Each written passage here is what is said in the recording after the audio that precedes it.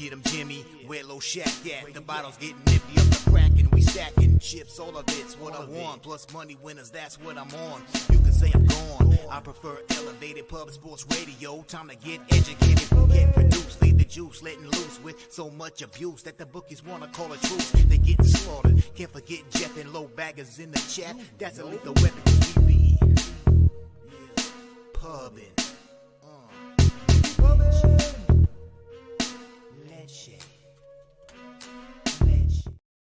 Rappers, gamblers, punters, hustlers, low baggers. Happy Thursday, September 21st to all of you. Thank you for watching Betting with the Bag right here on Pub Sports Radio. A rare, strong night last night. Went 4-0 in MLB. We've hit 6 straight in MLB. Yes, it's too late to save the season, but would be nice to heat up here. Would be really, really nice to heat up here. I'm excited about this show. I enjoy capping with Jose very much. We're going to break down this MLB card. Then I've added 3 bets in NCAA football. So I told you I made that short list of about, 18, 17 spots. I picked my 3 top best bets for yesterday's show. And then I spent, probably 4 hours with the rest of the games. And I came close. There was 3 or 4 games where I was like, I just after studying it for a long time, it's like, man. But 3 passed the test. 3 more passed the test. Now I have 6 bets on the card. So I'll break those games down as well as the big Sunbelt game for this evening, which is going to be a lot of fun, man. Georgia State, Coastal Carolina, I think the 2 best quarterbacks in the Sun Belt. So that's going to be a lot of fun. We're going to cap that one. And, of course, Thursday Night Football. So it's going to be a great show. It's going to be a lot of fun. Raymond Reichart in the house is okay. I'll be back for Showtime. I wanted to get in here and share what I found so far. Rays after a loss of 5+ runs, 9-3 straight up, 8-4 to the run line. Outscoring opponents 76-29 those 12 games for an average margin of victory of 3.91 runs. I thought about it. With Eflin on the hill, I really thought about it. But the Angels are trying, and last night you could say these Rays look exhausted. I watched the game because after the Orioles lost, I needed the Rays to lose, and I was, pleasantly surprised. I get it. I get it. They're a huge favorite here, and then I get it. I tell you what I did do though. I did get back on the Orioles train. So I'm on them today for the first time in 5 games. And, of course, they went 4-1 on those 5 games. It looked very good doing it, and it cost me money getting off the train. But I'm back on the train. I have 3 bets in MLB. So this is my situation here where Thursday we're coming into, when Thursday Night Football starts, things start getting hot and heavy. There's 2 spots I really like on tomorrow's card. And I expect possible additions. We already start out with Purdue tomorrow night anyways, but there's 2 more spots. Actually, I probably let go of San Jose State, which would mean 1 more that I would add. But in NFL, I have 8 bets, and I don't think I want to add anything. There's a couple spots that I'm interested in, but I prefer just to go in with those 8 bets and go into the NFL. Then I'll have 6 bets in NCAA Friday and Saturday. And I feel like I've put so much work into these games, and I'm set up pretty nice. I'm perfectly fine if we don't do anything more. I have 3 bets in MLB. I'm perfectly fine if I don't add anything to that. I like where I stand, and I'm going to move forward with this action, and I'm going to get paid. That's what's happening here. Raymond Reichart, Viper NB, already on Tampa, -1.5, and Philly -1. Let me copy and paste that action here. And Raymond Reichart with more stats. He's got great stats. So you know what? I should copy. I'll copy and paste these stats here. We'll separate them. I'll copy and paste these ones for the Rays game because we should discuss them when we discuss that Rays action. Of course, that's game 1 on today's card. That's our afternoon action. And then Raymond Reichart with more New York Giants trends that we can talk about, which will be great to talk about here when we have our Thursday night football. I've not moved on Thursday night football. I stared at that first half team total over for the 49ers for a long time, but did not pull the trigger. Let's get over here. Copy this Raymond Reichart's info for the Thursday nighter. By the way, for those of you, we're not going to start with that game. We're going to start with MLB and all that, but the injury report's out, and Andrew Thomas, offensive tackle, out with a hamstring injury. Saquon Barkley out with the ankle injury. Their guard, Ben Bredesen, out with a concussion, and Azeez Ojulari, linebacker, out. For the Niners, they're a pretty healthy group, but Brandon Ayuk is questionable, and he's been spectacular so far this year. So Ayuk is questionable, and so is Ambry Thomas, important cornerback. That's the situation. There's fat win in the house. Australian racing. Saturday, Friday here in North America. Rose Hill Race 6. Fat win destroys these spots, man. His ROI is very strong when he hands them out to us. We copy and paste that right now. Thank you, Fap. Hope you're taking good care of that vat of lube, my friend. Truth teller ready to get to work. Kent Davies. Great to see Kent Davies in the house. There's the nuke worker, Ronnie Ambergius is taking a break on MLB. 2 football plays, Giants, Niners over 44, and Georgia State plus 6.5. Will be important to talk about.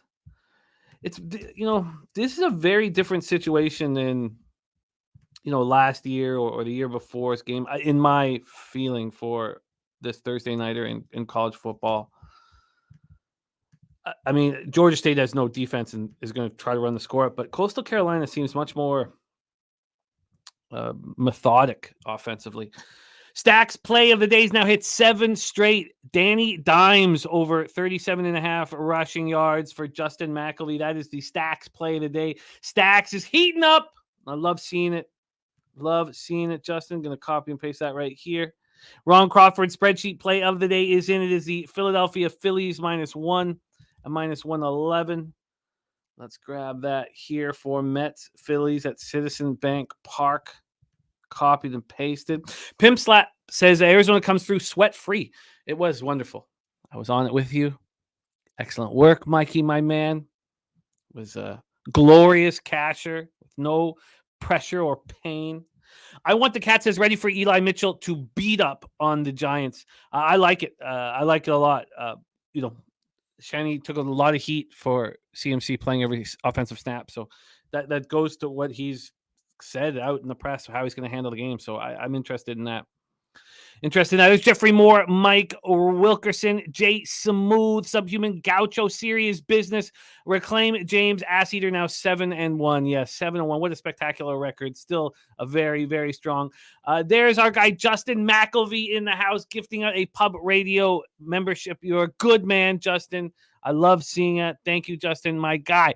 There's Sharpie ready to get to work. Raymond Reichart says race team total over 4.5. Not a bad look at all. Key and VP eats and travel ready to go. Gerardo Hernandez, Dav Fenn, the nuke worker, Equinimus, Morgan Spooner, saturated, Brandon the Great, Rem Most.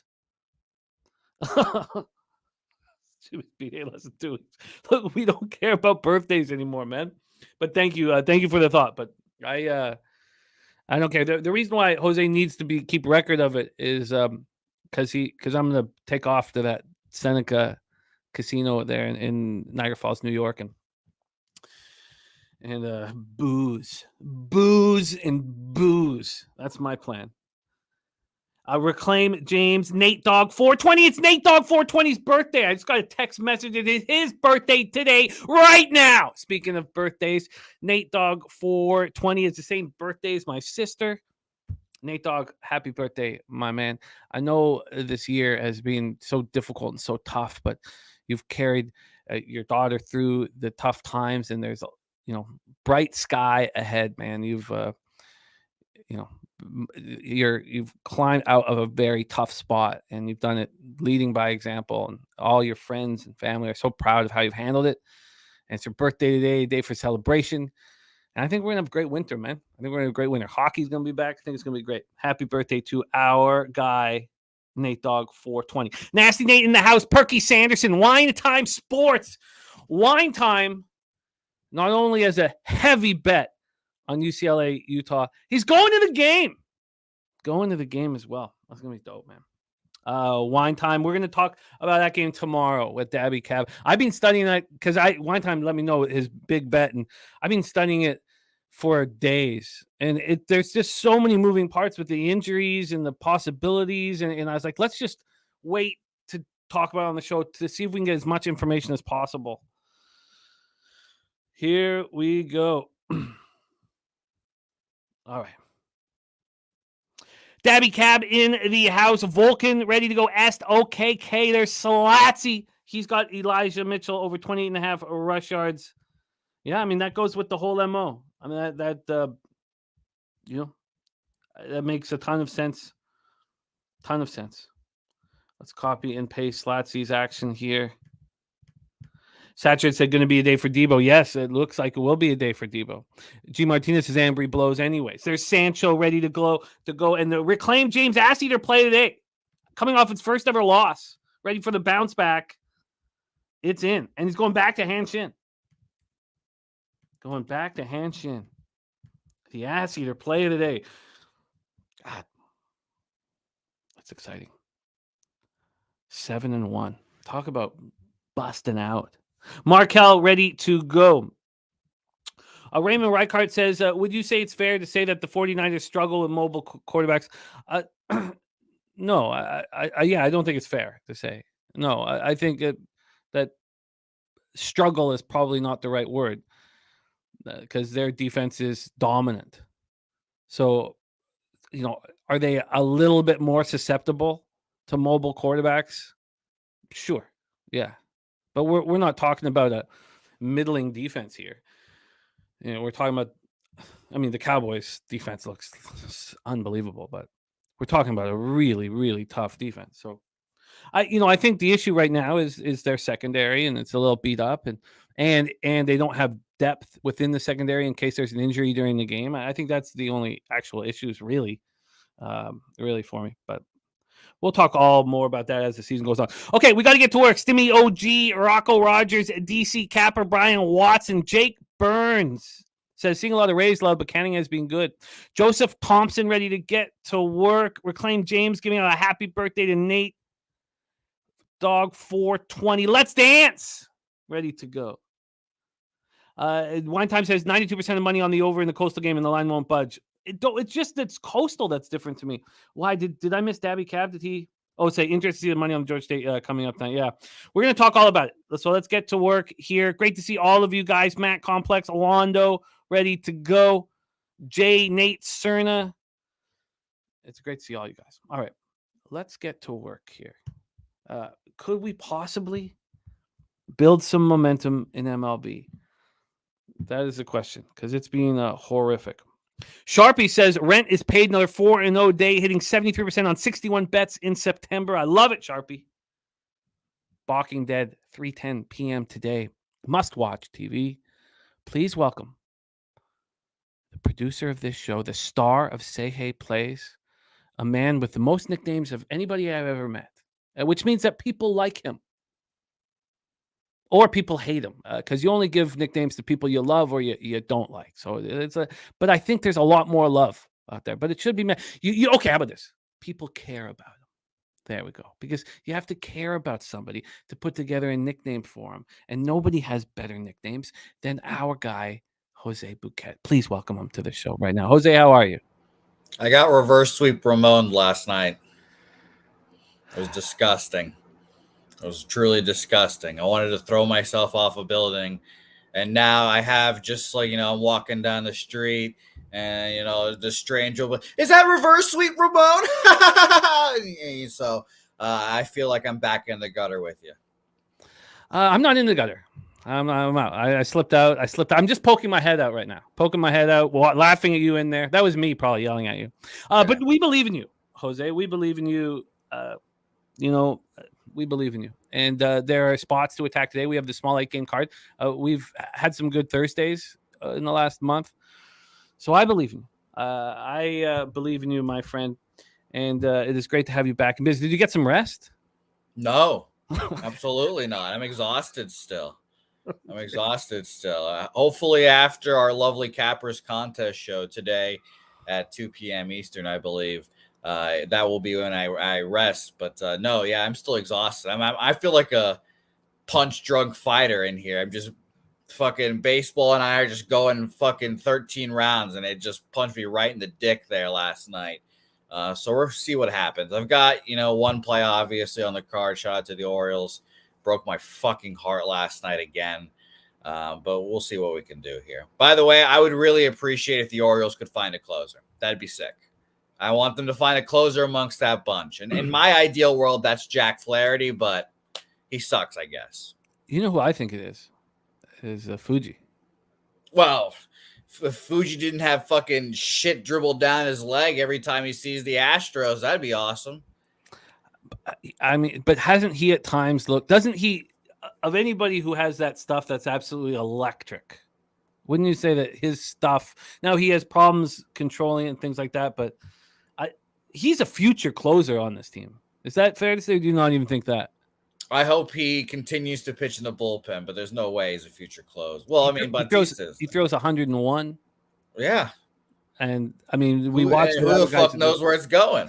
I think that he might be it. He might be it. Joe Yergin says easy look winner last night with Tigers plus 1.5. Well, that's why I was so tired, but I had the under 8.5 and I had the Tigers first 3 plus a half. So I stayed up. Markel says no way he a closer. I maybe not this year, but you guys wait and see. And I'll make sure to mention it to both of you guys. Quietly. But I will. I love fucking Japanese baseball players. I saw him. I saw him. I fucking yelled Fuji the other day. It was great. Well, let's get back to work here. We believe in you. Look, this has been, you talk about the rounds of battle you've had with baseball. I've just been getting pummeled all year. I've not gotten hot. I've not gotten hot once. Not all year. I haven't got hot. So it'd be nice to get hot here. We've hit 6 straight. It'd be nice to get hot here. So let's just stay focused. And by the way, this first game, this should be the quickest breakdown ever because the graphics on here are disgusting. Okay. The records on here are fucking disgusting. Yeah. But don't you have do you have Ron Crawford's record on there? The only thing that buoys us. Oh, thank God. Oh wait, that's not my record. Where's my? Come on, give me my record from. Okay, I'll update it again. I guess I forgot to update yours. Jesus Christ.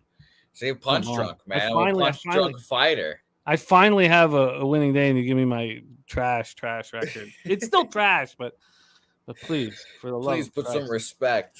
All right, I'm going to set this game up here, and yeah, it's bad. Look, fuck, I don't. There's nothing. There's no excuses. It's just, it is what it is, But we're fighters here. I've often said it's never too late to get hot. It's too late.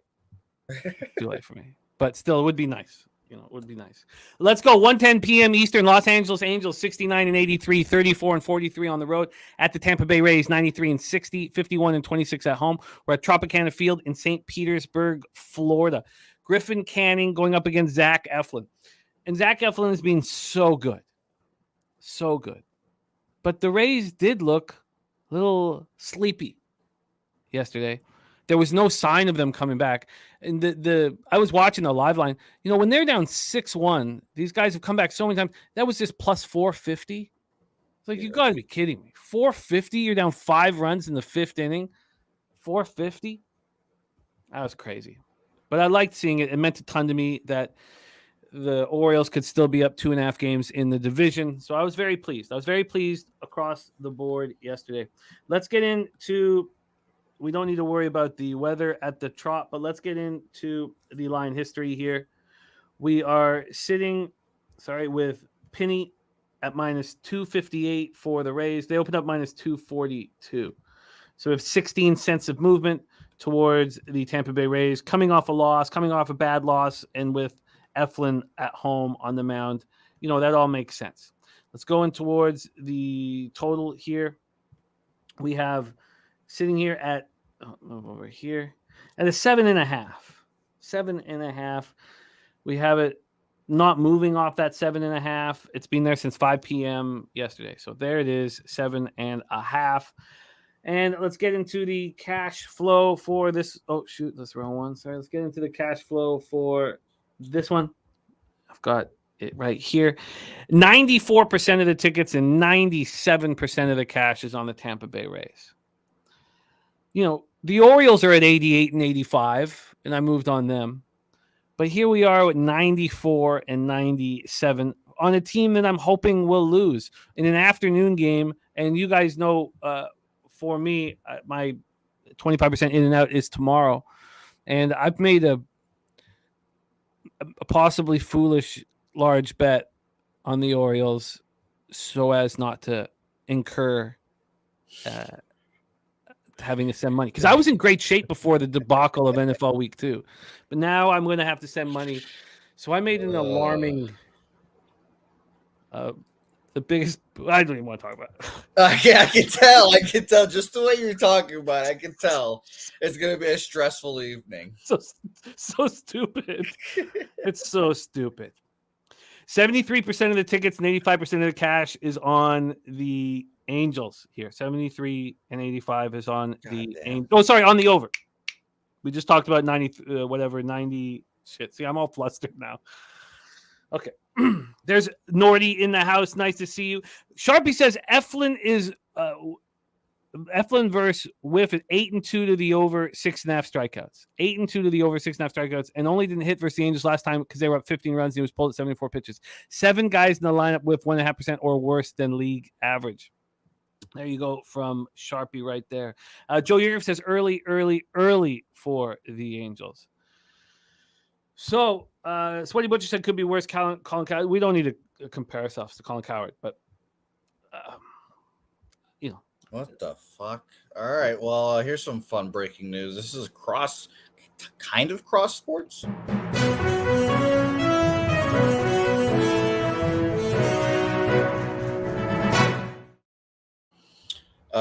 The Tigers have hired Jeff Greenberg as their new general manager. That name might sound familiar because he's the currently the associate GM with the Blackhawks. So I guess. Sure. Wow, that's I will have to sit with that. I have to study that a little more. I have to study that a little more. But that was riveting. That was fucking riveting. Thank you. Griffin Canning, 7-7, 4.42 ERA, 1.24 WHIP, 127 Ks in 116 innings, 21 homers here. Thank you, Sweaty Butcher. No, that's thank you. Billy Friedrich, I thought that was Bowman, but I'll have to go into all that as well. Assistant general manager, so who knows? On the road, 64 innings, 3-3, 4.08 ERA, 252 opponents, batting average. He allowed 4 earned runs over in his last start in 6 innings at home versus the Tigers. And look, Eflin coming off that spectacular start at the Orioles. He's a big game pitcher. The biggest free agent signing in Rays history. He's proving the Rays brass right once again. No surprise there. Angels versus righties, 210, 666 OPS. Rays versus righties, 228, 700 OPS. Neither team's hitting righties. This is a game with low volatility, but the Angels bullpen is trash, 5.35 ERA, where the Rays bullpen is spectacular, and the Rays need to win it. I thought about, just because I'm trying to not send money, I thought about putting a parlay together with the Rays and then the Orioles, and I was like, no, stop. Let's just put everything on the back of the Orioles and let them either, ruin my life or just give me a week to keep working. So that's that. Take it away, Jose. Angels, Rays. What's your plan? Well, I'm not betting this game. The Rays fucked me yesterday. I tried to follow Troy Torrance's more money. The line moves towards this team, and then bet on -1.5. I got fucking crushed. So I'm pretty bitter about the Rays. So I have no desire to bet this. I mean, maybe the fact that they've clinched the playoffs, they got their foot off the gas. I don't know, but shout out to Sharpie, who has a full unit on Eflin over, I think it was 6.5. I forget what it was, Case. Yeah, that makes a ton of sense. The Eflin look. The Rays make sense here. The Rays make sense. They're just too big of a favorite at this price. The Angels are still trying. I know it's very early start for the Angels, and Tampa has every reason to fight here. So Tampa has 9 games left. They're 2.5 games back. The Orioles have 10 games back. So, if the Orioles go 7-3, it's clinched. Nothing that the Rays can do. So we'll see. We will see. Carlos Garcia heavy on the Niners here. Carlos Garcia heavy on. Like how Daryl just goes into hibernation. I don't ever hear from Daryl. Never I don't even see him tweet or anything. He just goes into hibernation, and then basketball season comes back, and he'll just pop his head back up. Lakers. Did you see him in the chat? No, I was just thinking about Daryl because I don't give a fuck what the spread is. Oh, okay. I feel you. Yes, we're talking NFL right after these games here. Raymond Reichart says Rays are pissed they blew a chance to gain ground last night. Yes, they are. They're pissed, and also keep a close eye on whoever comes in that final spot for the wild card, because they have a gift. They get the Twins. The team that's, second gets the Rays, and that's much, much more difficult. So keep a very close eye, because if that's the Jays, now can the Jays take out the Orioles in the second round? I mean, that's a fair question. It doesn't reseed. Remember that. So they have it set up so the team that's first overall can't possibly play the a division winner. Isn't that it, right? So yeah, they don't reseed. You can't possibly play division winner. So wouldn't that make the 5th, 6th? Oh no, because that makes sense. Okay, sorry. I'm too busy thinking about the Rays versus the Twins. Which team is more dangerous in the playoffs? Honestly. Oh God, the Twins will get lit up. I think. I know they haven't won a playoff game since I think before I was born, but I don't know. I mean, they got really good pitching still. We'll see. It'll be interesting. I think it won't be bad. So if the Rays come 4th, right? They'll play whoever's second last in the wild card. Yeah. So it won't be Rays Twins. No. I'm just thinking about who I would rather play. Okay, for you. Yeah. All right. So well, it's just tough. Let's roll on here.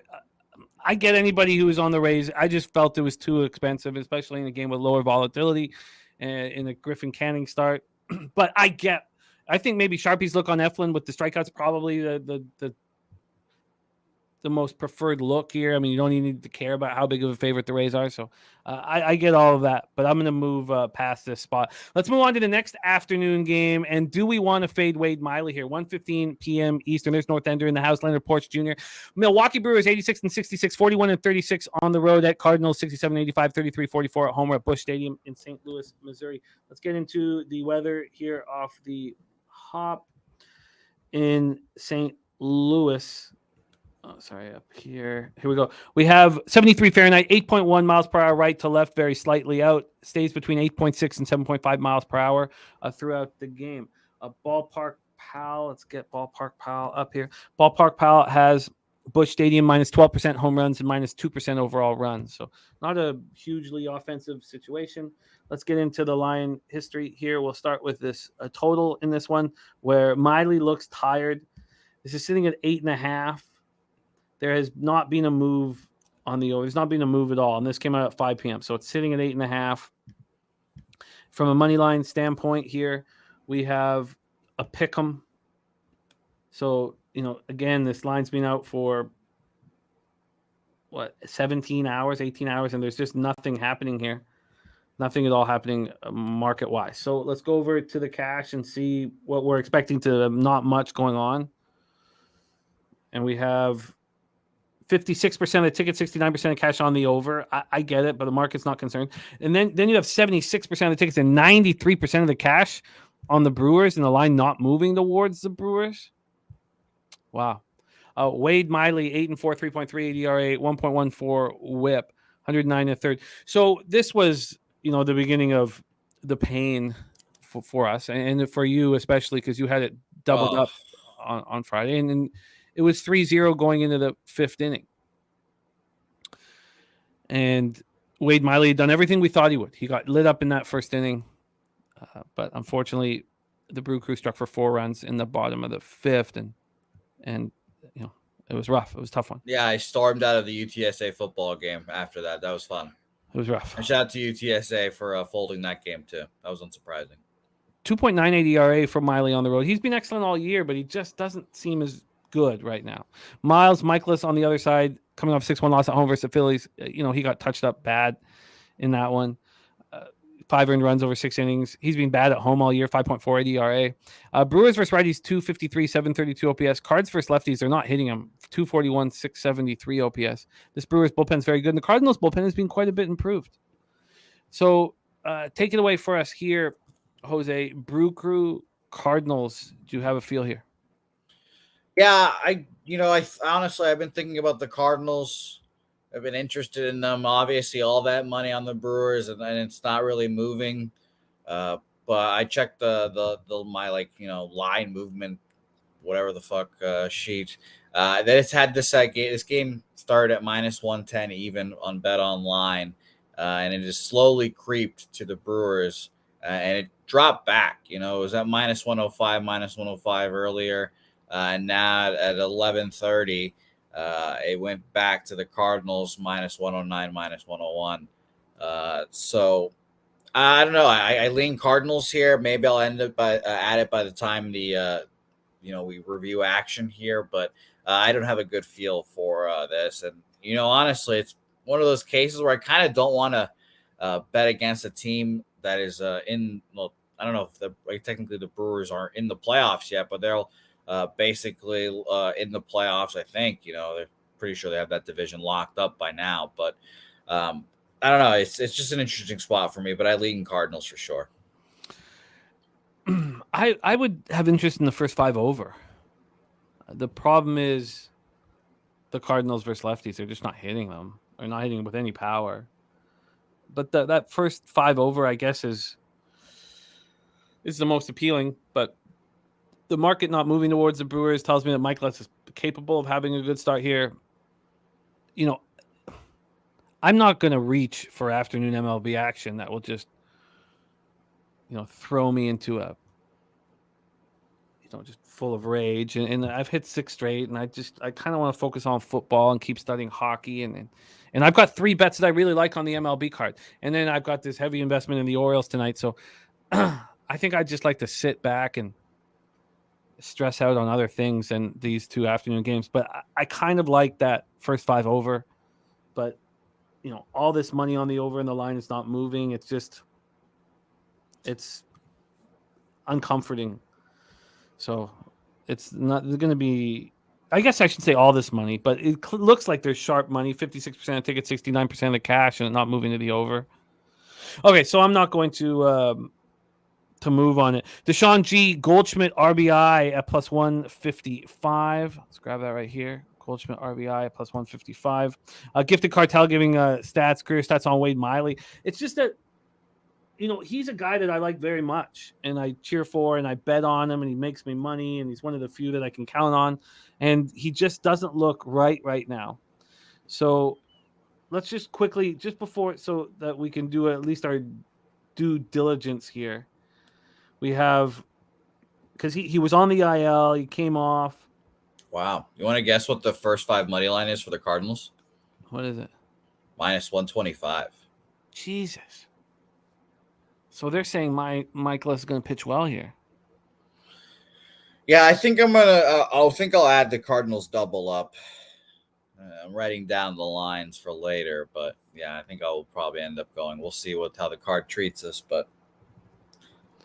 Well, I got Deshaun G's action here, and Jose looking at a Cards double up with a question mark. It was one of the rare days yesterday where I could just sit for hours and hours and hours with all these games, and so then like from 8 till 2 in the morning too, it was another 6-hour shift of me just sitting here with all the spots, and I really like where I'm at right now, and I was telling myself, if you like where you're at so much, let's not get talked into something that you don't fully believe in, and so let's move on. I'll tell you the first thing that I took a really long look at was the Nationals. and backing Irvin at these big prices. Can Irvin get 9 outs and things of that nature? The problem is that these Nats are hitting 190 with a 499 OPS versus lefties in September. Just an absolutely horrific spot. Horrific. So Deshaun G says, how do people renew their memberships? Can it be Cash App payments every month? I'm not sure, Jose. Maybe we need I don't think so. It's through your Google account. Okay. I know it's so through Google, but yeah. Yeah. So don't go to the Pub Sports website for the YouTube membership. That is on Google. Just a reminder, everyone. But thank you, Deshaun, for caring about that. It means a ton to us. So thank you. But I think that, can Jake Irvin get 9 outs? Kind of, a deal, because that's been working for me with a big dog. Can you get 9 outs at a plus half? Let's just take a look at the weather situation here first in this one. We have 74 Fahrenheit, 6.3 miles per hour in, stays between 6.3 and 4.8 miles per hour. Minus 4% home runs, plus 4% doubles and triples, plus 6% runs. Get over the line history here in this one. Here we go. We're sitting with Atlanta as a huge favorite. They opened up at minus 240. They're now at minus 254. So I was looking at this last night, and there had been that move right away. So this went from minus 240 to minus 256 in between 5 and 10 at night. So, I saw that initial move. I looked at the numbers versus lefties, and I ended up not wanting to be involved. But that still could change. This total is sitting at 9. It jumped up to 9.5 at one point. If you're looking for someone to go get 9 outs for you, you want the total to be at 7.5, or at least be betting the under, or like the under, like I did last night with the Tigers Dodgers. Here, this total is at 9. It jumped up to 9.5 for a little bit. So they're saying that there's clearly a volatility, or more volatility in this game than in others. Let's pull out the cash flow here for this one. We have no idea here. All we know is 99% of a small 4,534 tickets. 99% of the tickets are on the Braves at this money line. They're not giving us anything else. 62% of tickets are on the under. This is all these other metrics make me really uncomfortable and make it impossible, really, for me to say, okay, Jake Irvin, get me 9 outs. Max Fried, 7-1, 2.64 ERA, 1.17 WHIP. On the road this year, he's been unbelievable. He's struggled at Truist, but on the road, 5-0, 1.74 ERA. He's allowed 2 home runs over 41 in the third. He's been excellent. 219 opposing batting average, 49 Ks to 8 walks, and coming off of 5 innings at Philadelphia where he only allowed a solo shot. And then you have Jake Irvin, who got touched up at the Brewers last out, but he was rolling. He was rolling. That was the Wade Miley start. He went through 4 innings without allowing a run, and we thought we were all going to cash our first 5s, and then he got touched up in that inning. So at home, 4.10 ERA, 241 opponents batting average. He's been fine. But Braves, the Braves hit 275, 844 OPS versus righties. Nats, I said, against lefties are terrible. And the Braves bullpen is scuffling at the wrong time. And so the Phillies here at this point, it would be the Phillies and Braves in round 2 of the playoffs. Yeah, that's what it's been. That's what it's felt like a whole year that's been leading up to. And they want their bullpen better get right. But take it away, Jose. Is there anything you want here? Honestly, if anything, I'm going to probably lean on the over. There's not a ticket count or whatever, a money percentage, I should say, like you said. But I lean over. Maybe Jake Irvin pitches well first 3 innings, but I think eventually he gets touched up. And I wouldn't be surprised, like our guy Sweaty Butcher said, I wouldn't be surprised if our guy Ronald Acuna got his 40th today and then cemented himself as the MVP. So I have nothing on this game, though. Lean over. Yeah, I'm not going to move on. I can't. This is not a spot that I want. I mean, when I watched that Tigers lineup, they look as dangerous as I remember them in years now. This is their best team in years now. They're an average baseball team instead of being shit ass garbage. Well, they can win the division next year. It depends. If they bring back Eddie, that would hell start. He'll probably opt out. I'm gonna bet them to win the division next year. I'm gonna bet them to win the division, and I might even put a little bit on the Royals to win the division. Oh boy, here we go again. Well, serious. I'll tell you, the Guardians aren't going to be in it. The Guardians are going to be bad. The White Sox are going to be trash. Yeah. So then it's just the Twins. The Guardians might be in it. I don't think we should. You can never count out their pitching. I'm going to count them out because they don't have Terry Francona. Let's move on to 7:05 p.m. Eastern. Blue Jays, Yankees. You know, when what a fucking debacle. When Vladdy was announced out, I should have then just moved on the under. There were some late runs that made it vulnerable. Bankroll Spence says, "Leave the Royals alone." I feel you, Bankroll Spence. I just think that division's so trash. If I could get a ridiculously high number, I would be interested in taking it. We'll deal with all that in the offseason. But Blue Jays, Yankees, Yankee Stadium in the Bronx here, and the Blue Jays are winning games. Now, do I think I'm going to cash the season win total over? No. They have to go 7-3 over their last 10 games, and at least 6 of them, I think possibly 7, but at least 6 of them are against the Rays. So no. But the Rays could be letting go at that point as well. That's right? what I honestly think they could get there. The ribeye play of the day is in. It is Aaron Judge at plus 155 from our guy, Mikey M. Let's get this in right now. I haven't had an Arson Judge RBI play, I think, all year. Wow. So let's go to the weather here in the Bronx. We have 67 Fahrenheit, 6.3 miles per hour in. It moves, left to right and then back in, but it's not hard. It stays between 6.3 and 5.2. We go over to Ballpark Pal here. And we have plus 1% home runs, minus 13% doubles and triples, minus 3% overall. Then we'll go over to the line history here for this one. We'll start with the total. This has dropped to 7. It was a low total to begin with, and I could understand the under. I thought about it. I looked at it for a long time, but it's now at 7. From a money line standpoint here, we have Garrett Cole minus 132. That's where he opened right there. So there's been no movement towards them, and we don't know if Vladdy is going to be able to play today. Let's get to the cash flow. 45% of the tickets and 98% of the cash on the Toronto Blue Jays. 79% of the tickets, but just 68% cash on the under. There's Big Show picks in the house. Slow jams Arsenal ready to get to work. Mr. Always Profits says looks like an underday in baseball. Barrios 3.49 ERA. He's been very good this year for the squad. He's been exceptional, in big games against big opponents. And on the road, he's got 3.83 ERA, holding opponents at 240 batting average. Last start, 7 innings, didn't allow a run, a 3-0 win at home versus the Red Sox. Then you have Garrett Cole, expected to win the Cy Young Award this year. 104 innings at home, 3.01 ERA. His last start was 7-5 win at Pittsburgh, and we cashed that first 5 under, but we were fortunate, and then things all opened up in the 6th inning. Jays versus righties 244, 773 OPS. Yankees versus righties just 201, 639. Jays bullpen 4.96 ERA, while the Yankees is 4.02. What are you doing with your guy Garrett Cole in this one? Noli Knows has given us the skull and bones.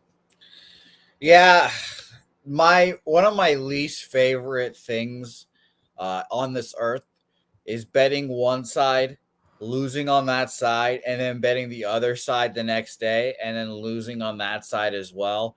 That fucking pisses me off more than anything on this earth. But here I am. I think I'm going to move on the Toronto Blue Jays here. I mean,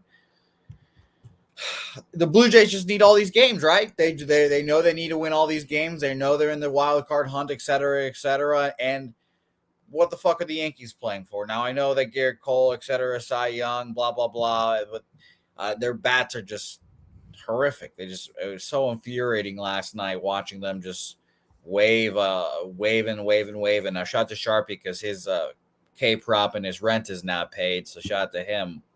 But it was just very frustrating to see, like, Giancarlo Stanton go up there and just fucking barely not even have a chance at the ball. So I think I'm going to be on the Blue Jays money line here, all in all to say, and I'll risk myself for fucking losing on both sides and being extremely, extremely angry about it. Let's get your Blue Jays money line here. Plus 123 at BetCrisk and Bookmaker. Can Bet Online beat that? No. So Plus 123 on the Toronto Blue Jays. I'll be cheering for you in the Pimp Slap play today with the Pimp Slap our guy Mikey's ribeye play today is on Aaron Judge. So Jose is on the Jays at plus 123. There's Razor Sharp picks in the house. Great to see you, Razor. Deshaun G says Coastal Carolina plus the points and the over. Are you feeling better about the Blue Jays? No, but I would like them to get into the playoffs. I want them to knock out. It would be the perfect storm for me. Is you guys cash your Rangers not to make the playoffs bet, and then the Blue Jays have a chance. If they can get hot at the right time, and they have elite level players. So I want that badly. Do I expect it's going to happen? This team has just not stepped up when we needed them to, and they're going to face the Rays here. But in all, it's very possible, like we've just spoken about, that the Rays will have let go of the division. And then then why not? So I'm cheering for them very much. Crystal Craig, she watches the Jays every day. She says Yanks have looked like dog crap in this series. Judge striking out a lot. Stanton moves like he's got a brick up his arse. He does. I can't confirm. When he changed his name, that's when the brick was inserted. So Joey Harb says raining here in Myrtle Beach. Hopefully it stops by game time. Thank you, Joey. Yeah, we're going to talk about weather and all those things. I can't wait to talk football. But I'll cheer for you heavy. And look, I would have some interest in betting the Jays in some big games. If Gaussman's on the mound, I certainly would bet them on the first 5 situation. And I would have some interest in the Jays if they get that last spot. Let's say they get that last spot, and they'll beat. I think they'll beat the Twins, but I think the Twins would win a game and make us all sweat.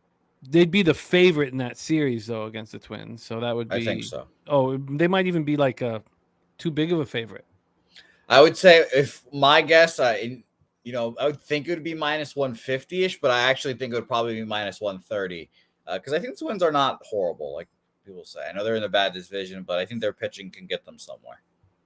And hopefully they learned something from the Mariners series last year, but we'll get into all that if hopefully get into all that. Well, the series or the season for us, Jimmy, really comes down to Mariners, Rangers twice in the next week, 4 games and 3 games. But also the season ends with Mariners Houston, right? No, I think that's the one sandwiched in between. So they go, they're playing them this weekend for 3, then they play the Astros for 3, and then they end with the Rangers for 4. Wow. So yeah, like I said, I bet the Mariners to win the World Series a couple weeks ago at like plus 1,800. I'm sure I could actually get better odds now because I bet them at the fucking worst time. But yeah, I like the Mariners a lot still. I mean, really. So we'll see how it ends up playing out. The Slow Jams Arsenal says, I thought you didn't want Toronto in the playoffs. No, I'm just being relieved this year this is the first year I haven't had futures on them, and I couldn't tell you when the last time was. Just even little futures just for fun. Like I've been relieved not to have them, but and I said all along earlier, if they got in, I'd be fine betting them. But again, as a favorite against the Twins, it just doesn't sound good here. So, but we're going to cheer for the ribeye play today. Aaron Judge plus 155. Jose's on the Jays plus 123. And let's get the Jays in. So at least, Razor can be live with those futures because he got them at big prices. And I know others have them too. Nicholas Earl has futures on the Jays. So yeah, honestly, by the way, I would much rather the Jays play the Rays, be underdogs, and then we would hammer the Jays. And that would be my ideal scenario. Yes, I agree. And that would happen in the series after that. That would be against the Orioles. Well, that I think the Orioles are super good. So that. They have it set up though I thought they had it set up so that the number 1 seed couldn't play a division winner. So I'm looking at the bracket now. I pulled it up while we were speaking about it. So it'd be 3 as of right now. I believe this. I don't know when the last time when this was edited, but it'd be 6-3 Minnesota Twins, Texas Rangers, and then whoever wins that would play the Astros. So we might have a Texas series then, and then it'd be 4-5 Blue Jays, Rays, and then that winner would face the Orioles. Yeah, that's what I thought. That's why the Phillies are in the 4-5 and they're forced because they're setting it up so that, if it works out, then the number one seed doesn't play a division winner until they play for the pennant.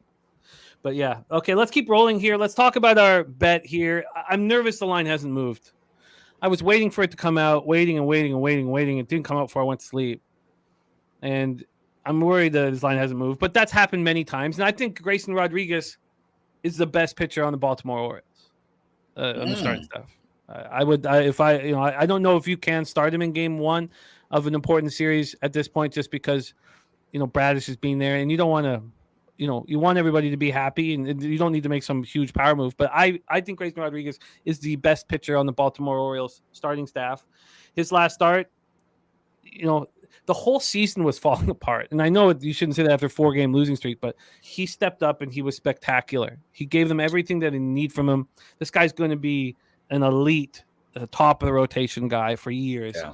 8 innings, 7 Ks, no walks. He's been stronger on the road than he's been at home this year, but he's just been strong everywhere. Now, I expect Hunter Gaddis. Is Hunter Gaddis listed now? I had him as listed at Bet Online. Okay. But I don't know who the primary would be. I assume he's just an opener. Still not listed on Bet365, but we expect Hunter Gaddis, 6'6" Hunter Gaddis, to be out there. And he's been pretty good. I mean, let's just pull up, what his numbers have been in the minors, because, he hasn't started a game. He hasn't started a game for the Guardians since May 28th. And he didn't look that bad in that start, 4 2/3, like 3 runs. And then his last appearance was August 29th. So we haven't seen much of him. And let's see what he's been doing in the minors in the meantime. So in Columbus this year, he's 2-10 with a 6.14 ERA. I mean, I know this is a highly thought of a pitcher, 5th-round pick of the 2019 draft out of Georgia State. And he's a big, imposing force, but he just hasn't been able to do it in the majors. Mr. Always Prophet says Bradish is better. That's part of the fun is we don't have to agree on things, So I hear you. I just if there's one game on the line, I give the ball to Grayson Rodriguez personally. But Bradish is good. He's really good, and he's been the better pitcher this year, but he's not been the better pitcher the last 6 weeks. And what stats would you look at when the whole season's on the line? And everybody's different in that regard. Hunter Gaddis at home this year has been bad, really bad. So in 20 and a third, he's allowed 22 hits, 13 earned runs, 11 strikeouts, 7 walks, 5 jacks, 282 opponents batting average. Orioles are hitting 275, 795 OPS versus righties. Guardians 273, 726, and the Orioles bullpen 3.91 ERA. Randall Sheffield, now a member of We Be Pubbing. I remember that name. I don't remember seeing that name. Respect and welcome to Randall Sheffield. Now part of the squad. I love seeing that, Randall. Thank you for being a part of it. Let's just take a look at the weather here. We have a 73 Fahrenheit, 8.3 miles per hour in, gets down to 6 miles per hour. And don't forget, we have our big Cappers contest show at 2 p.m., and that is a members-only spot. Go to Ballpark Pal. Their expectations here of Progressive Field, plus 3% homers, plus 10% doubles and triples, plus 7% runs. Let's go over to the... God, I'm trying not to think about what I've done here, but this has become probably the most, it's the most money I've bet on a game in baseball this year. It's fucking stupid. This is not responsible. I don't feel like I'm being responsible. This line is moving towards the Guardians. that's got to make okay. When the Rangers swept the Jays, you were on the Guardians and you were so right. Were you right because you despise the Rangers? And what is the difference between the Rangers sweeping the Jays, going to Cleveland, and Baltimore winning 4 or 5 games and going to Cleveland? Or is there no difference? Well, they lost their last game. Yeah, they've won 4 or 5. Yeah. Yeah, so that's the difference. They lost their last game on a walk-off, a little sour taste in their mouth. And again, I just thought this Orioles team's different. The one spot I thought was a lock for them to lose. Right after you clinch a playoff berth for the first time in fucking God knows how long, those fucking guys got after it. Drinking hard. Now, maybe who knows? They're young guys. They can bounce back from a night of drinking pretty easily. Who knows? But they bounced back the night after the clinching the playoff. They beat the Astros, and they beat them again the next game, too. Shocking. And then that game, Jim, if you can remember, that was the high scoring, back and forth Cedric Mullins home run at the end game as well. So the pitchers obviously were fucking hungover. Who knows? But the offense was there. And I just think this Orioles team's different. Like I said, it's not a hot take because they're literally the number one overall seed. They've got the best record, and they've had the best record for a little bit now. But I think this Orioles team's going to make the World Series. And now will they win it? No, I think the Braves still romp to the World Series still. But and that's pretty square to say both one seeds. I believe the Braves are the one seed. But it's just crazy how different that this Orioles team is, and the spots you expect them to lose, they always find a way to win. From the market here, I would, if this was 3 months ago, I'd want the Guardians in this spot. Just judging the market here, obviously. I mean, it's easy to say, but this has been a spot. Londo says, "Are the Orioles motivated for the game?" They are so motivated. Yeah, it's the best part about our bets here is that the Rays have just been breathing by their necks and keeping them honest and making them play every game and everything. And Grayson Rodriguez is pitching the best of his life. Obviously he's motivated as hell to keep finding it and keep going because me personally, I think he's still the number 2 starter for them.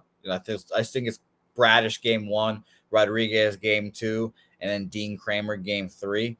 Yeah, I believe so. We'll see what happens there. Kelly, I'm in sort of a tricky spot here because I have the 25% in and out, which is a great situation to be in. So responsible. But so I needed to bet enough on the Orioles so that if I lost my other 2 bets in the game, I still made enough off the Orioles to not have to send money to my local. So whatever. I know this show is about transparency, but this is not really responsible stuff, but whatever. I mean, I honestly thought about doing it too because I obviously lost my ass last night as well. So I thought about doing it with my local. And by the way, Noli Skull on this game as well. Dead under in this game as well. Very interesting. Makes me feel poorly about our -1, but that makes sense to me. That really does make sense to me. When we go to the cash flow here, 75% of tickets are on the under. And has this gone from 8.5 to 8? That makes sense on the travel day here with a lot on the line. And very interesting, by the way. Gifted Cartel saying the Guardians are 6-4 against the Orioles this year. Yeah, no, and this has moved to 8. It moved to 8 at 49 minutes ago. So I would do something like that as well. There's Reclaim James in the house. I would do something like that as well. I would, but I've just got my day sort of set around the Orioles. Well, I've got it all planned out financially. So I don't want to add anything here, but that under makes sense to me. And, I get it, but I'm not going to move on. All right, let's move on to the next spot on the board. Jose, though, so I got the -144 at Pinnacle, but I bet it much heavier at -150 with my local. So I bet it at -148. I got minus. I have a small bet on Pinnacle with at -180 and -106, but I have my main bet at -180 and -115, and it hasn't moved off of that yet. So, all right, let's roll on. Next up for us, so you got Jose got -1 at -1. What was it? -148. Okay, let's roll on. Give the Cartel says this is baseball. It's so many surprises. Guardians will probably put pressure on the Orioles. Wouldn't be surprised if Guardians come out and win today. It's so much. It's so much expectation of the Orioles. Yeah, I don't. I get it. I completely get it.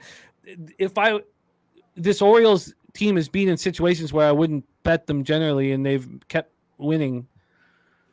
and I'm here. Look, and I only have to pay 25%. So if they don't cash, it's not like I don't lose what I've bet there. It'll just be, like I'll have to pay 25%, and I'll end up like basically be down like a K overall with where I stand right now. So, it's just like $250. So it's not as bad as it sounds, but it doesn't sound good. Let's move on. 7:15 p.m. Eastern. New York Mets at Philadelphia Phillies, and we have Ron Crawford's spreadsheet play of the day. Shout out to our guy, Ron Crawford. He's on the Philadelphia Phillies -1 at -111.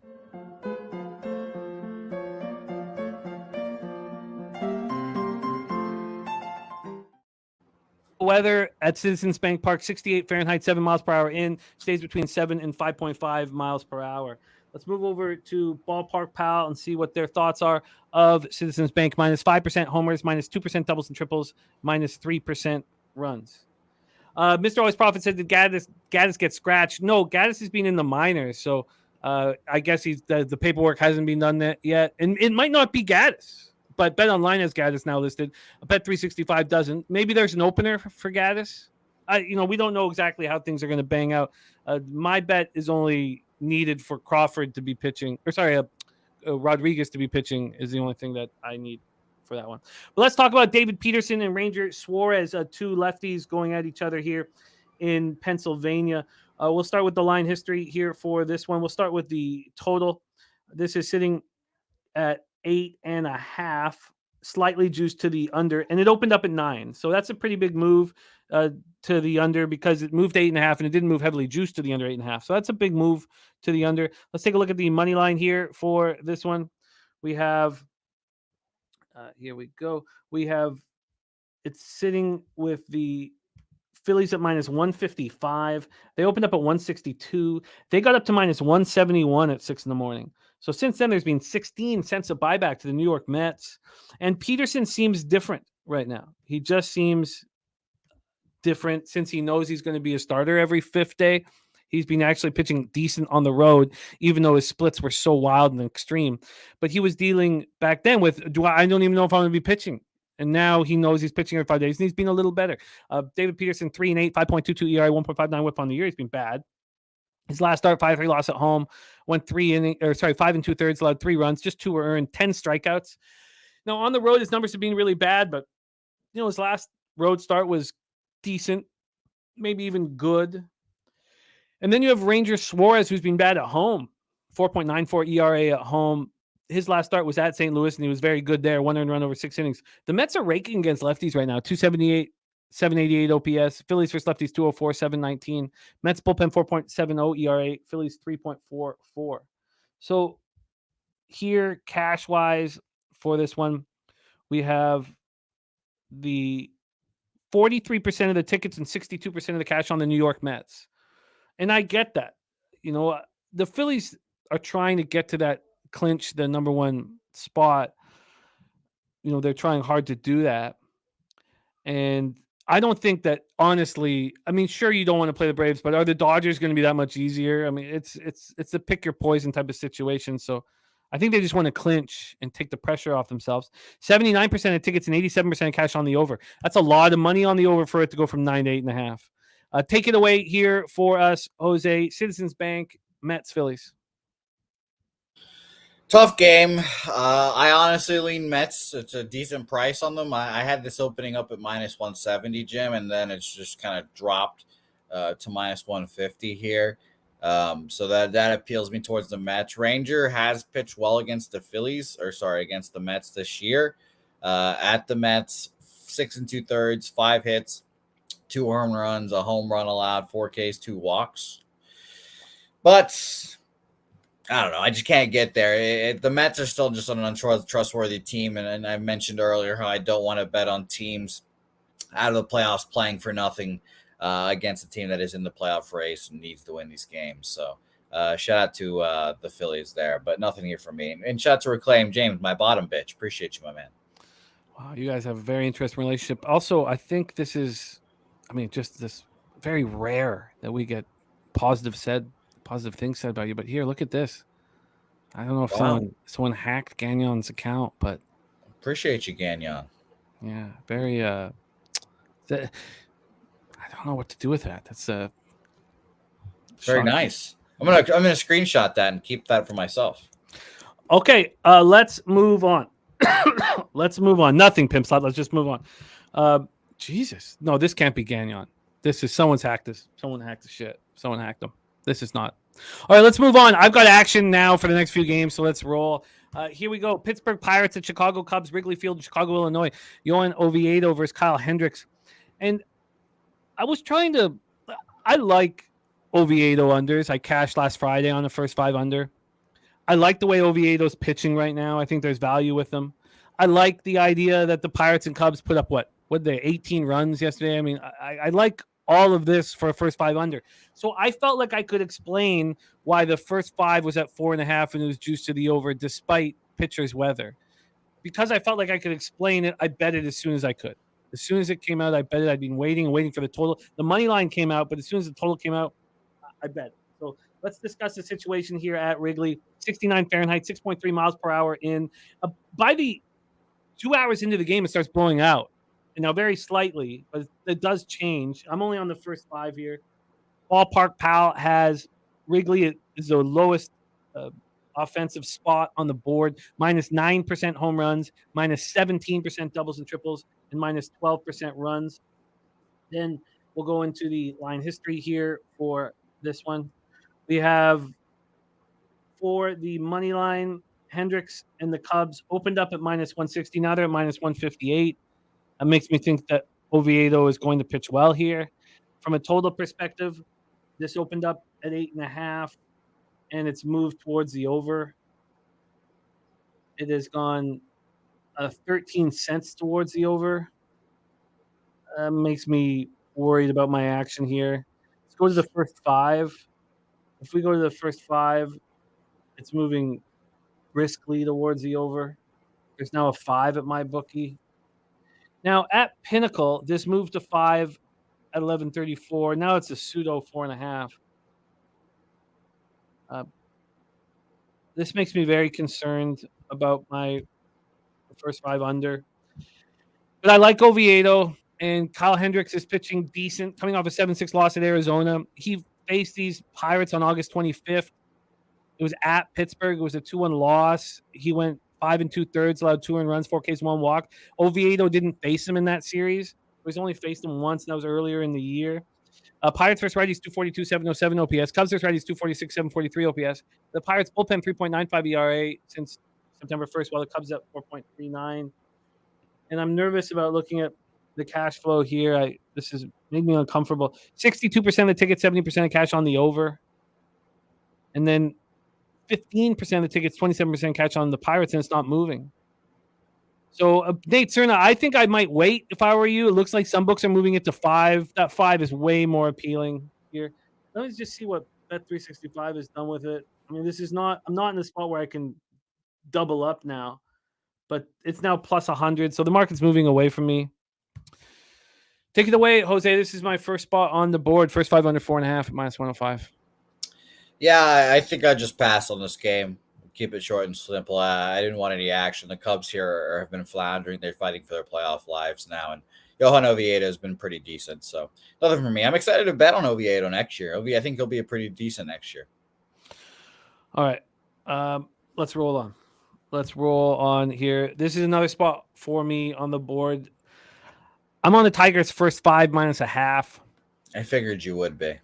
I keep succeeding with Tariq Skubal, and because of his splits, we seem to get better numbers when he's on the road. I think the sample size is just too small. I don't think Luis Medina is a train wreck anymore. I think he's starting to pitch better, and he's pitching better at home, which would make me, I would then have interest here, in a first 5 under, but it's at 4. It's just, it's too low for me to trust. And I have this first 5 minus a half. It was minus 122. Let's see what it is right now. First 5 minus a half for the Tigers. It's gone up. Okay, that's good. So it's minus 130 at most books. It's not showing me Pinnacles. So let me just pull up pennies just so I can see exactly what it is here. I would like the market to have moved, obviously, in my direction. I think that's always makes people uncomfortable because the line's not moving towards the Tigers, but is that first 5? The first 5 minus a half is exactly where it was, minus 122. I don't like that. I don't like any of this, really. Cash-wise, I imagine there's sharp money on the A's. There's not. 13% of tickets, 15% of cash. 90% of tickets on the under. So, again, low volatility spot. Screwball, 1 run at the Angels last out. I don't care what his splits are. He's only thrown 34 innings on the road. I know he's a really good pitcher. The A's are hitting 237.05 OPS versus lefties, and the Tigers aren't hitting righties. And then I was a little concerned about the Tigers going from, Chavez Ravine, where it was just packed and exciting and every pitch was important, over to, Oakland, where nobody cares. That was a little concerning. But I sure love what I'm seeing out of that Tigers lineup with all those young players starting to get older and starting to really look the part. So I'm on the Tigers for 5 minus a half, minus 122. Jose, what are you doing here? Absolutely nothing. I thought about the same thing. I just didn't want to lay the juice, and I have not been betting first 5 minus a half much this year. And the Tigers coming off of taking 2 or 3 in Detroit, or not Detroit, the Dodgers. So nothing here for me. All right, so that concludes my action on today's card. The Orioles -1. The first 5 under 4.5 in Chicago, Pittsburgh, and the Tigers first 5 minus a half. I think, and I know we got 1 game left, and it did interest me a bit, but if I was to add anything right now, it is that under in Baltimore, Cleveland. Feels like a tight spot, where it will be crucial. Markel says -180 on the Tigers is crazy. It is wild. It is probably too big a favorite to want to back them, but I've been making money off of them and did again last night. And I just like what I see. And I don't like both these teams that I'm backing, the Tigers, and Baltimore, both traveling. There's things not to like, but they're not huge. They're not, Rays type favorites. And maybe nobody wants the Tigers at this price. I get it. Let's talk about the final game on the board here. 10:10 p.m. Eastern. San Francisco Giants 76-76, 33-44 on the road at the Dodgers 93-57, 50-26 at home. The San Francisco Giants have lost 25 of their last 30 games on the road. I mean, that's just wild. And Kyle Harrison has screwed me. He screwed me, and times I've trusted him, he's just screwed me. He's looked horrible in 9 innings on the road, 8 earned runs, 5 jacks. He's allowed 5 jacks in 9 road innings. And he screwed me. And Emmett Sheehan, I like him. And he's been really strong at home. He struggled somewhat on the road. I like him. No, Ram, we have our huge Thursday night live stream starring Mike M, star of the Pimp Slot play today. A nice Matt Complex running with me with the Tiger spot here. Slow Jam Sarcino says no capping required. Dodgers off a loss. One of the things, though, is the Giants have given up, and the Dodgers don't need to win. They're, just want to be healthy. Did you watch the Dodgers game? No, I was too just fucking furious from seeing the reverse sweep coming. The Outman catch. I saw that, yeah. Spectacular. Ooh, yeah, I saw that. Good God. I freaked out because the Twitter account I follow said James Outman full extension, and I was like, oh my God, did they give him a contract extension already? And I immediately clicked and I saw it, and I was like, oh, okay, never mind. It was just perfectly played. I mean, just perfect. Like he's going to be the real deal here, man. So Giants versus righties 246, 755 OPS since September 1st. Dodgers versus lefties 239, 719. Dodgers bullpen is starting to look very good, and the Giants bullpen is being struggling. 4.64 ERA. So Mr. Always Profit, he sure did. Saved his first 5 under and full game under. I didn't have the first 5 under. Gift Cartel looking at the over 8.5 here. Let's take a look at the weather. We're going to get into football next, but let's take a look at the weather here for our final game on the board. 65 Fahrenheit on Echo Park Boulevard. 6.5 miles per hour out to right. Let's move over to... By the way, RotoWire has this as Yarborough primary, so expect Yarborough coming after Shaheen. Like I would expect Shaheen for 3, and then Yarborough for 3, and then we'll see what happens from there. That makes sense. So they switch over to the lefty. Can you look up what Giants are doing to lefties in the last 2 weeks, if you don't mind, while I just finish this off here? For weather-wise here, Dodger Stadium plus 4% homers, minus 3% runs. Then Baltimore game is off the board now, says Jay. Would be a shame. I can still bet it. But something must be up, and I wonder if it's probably just Cleveland pitcher related. It's got to be maybe they're just bringing a young guy up to start here. One of the good things about when the young guys come up to pitch against the Orioles is the Orioles have seen them in the minors. They're all young guys. So 13th, 105 weighted runs created plus against lefties in the month of September. 206 plate appearances. So not bad.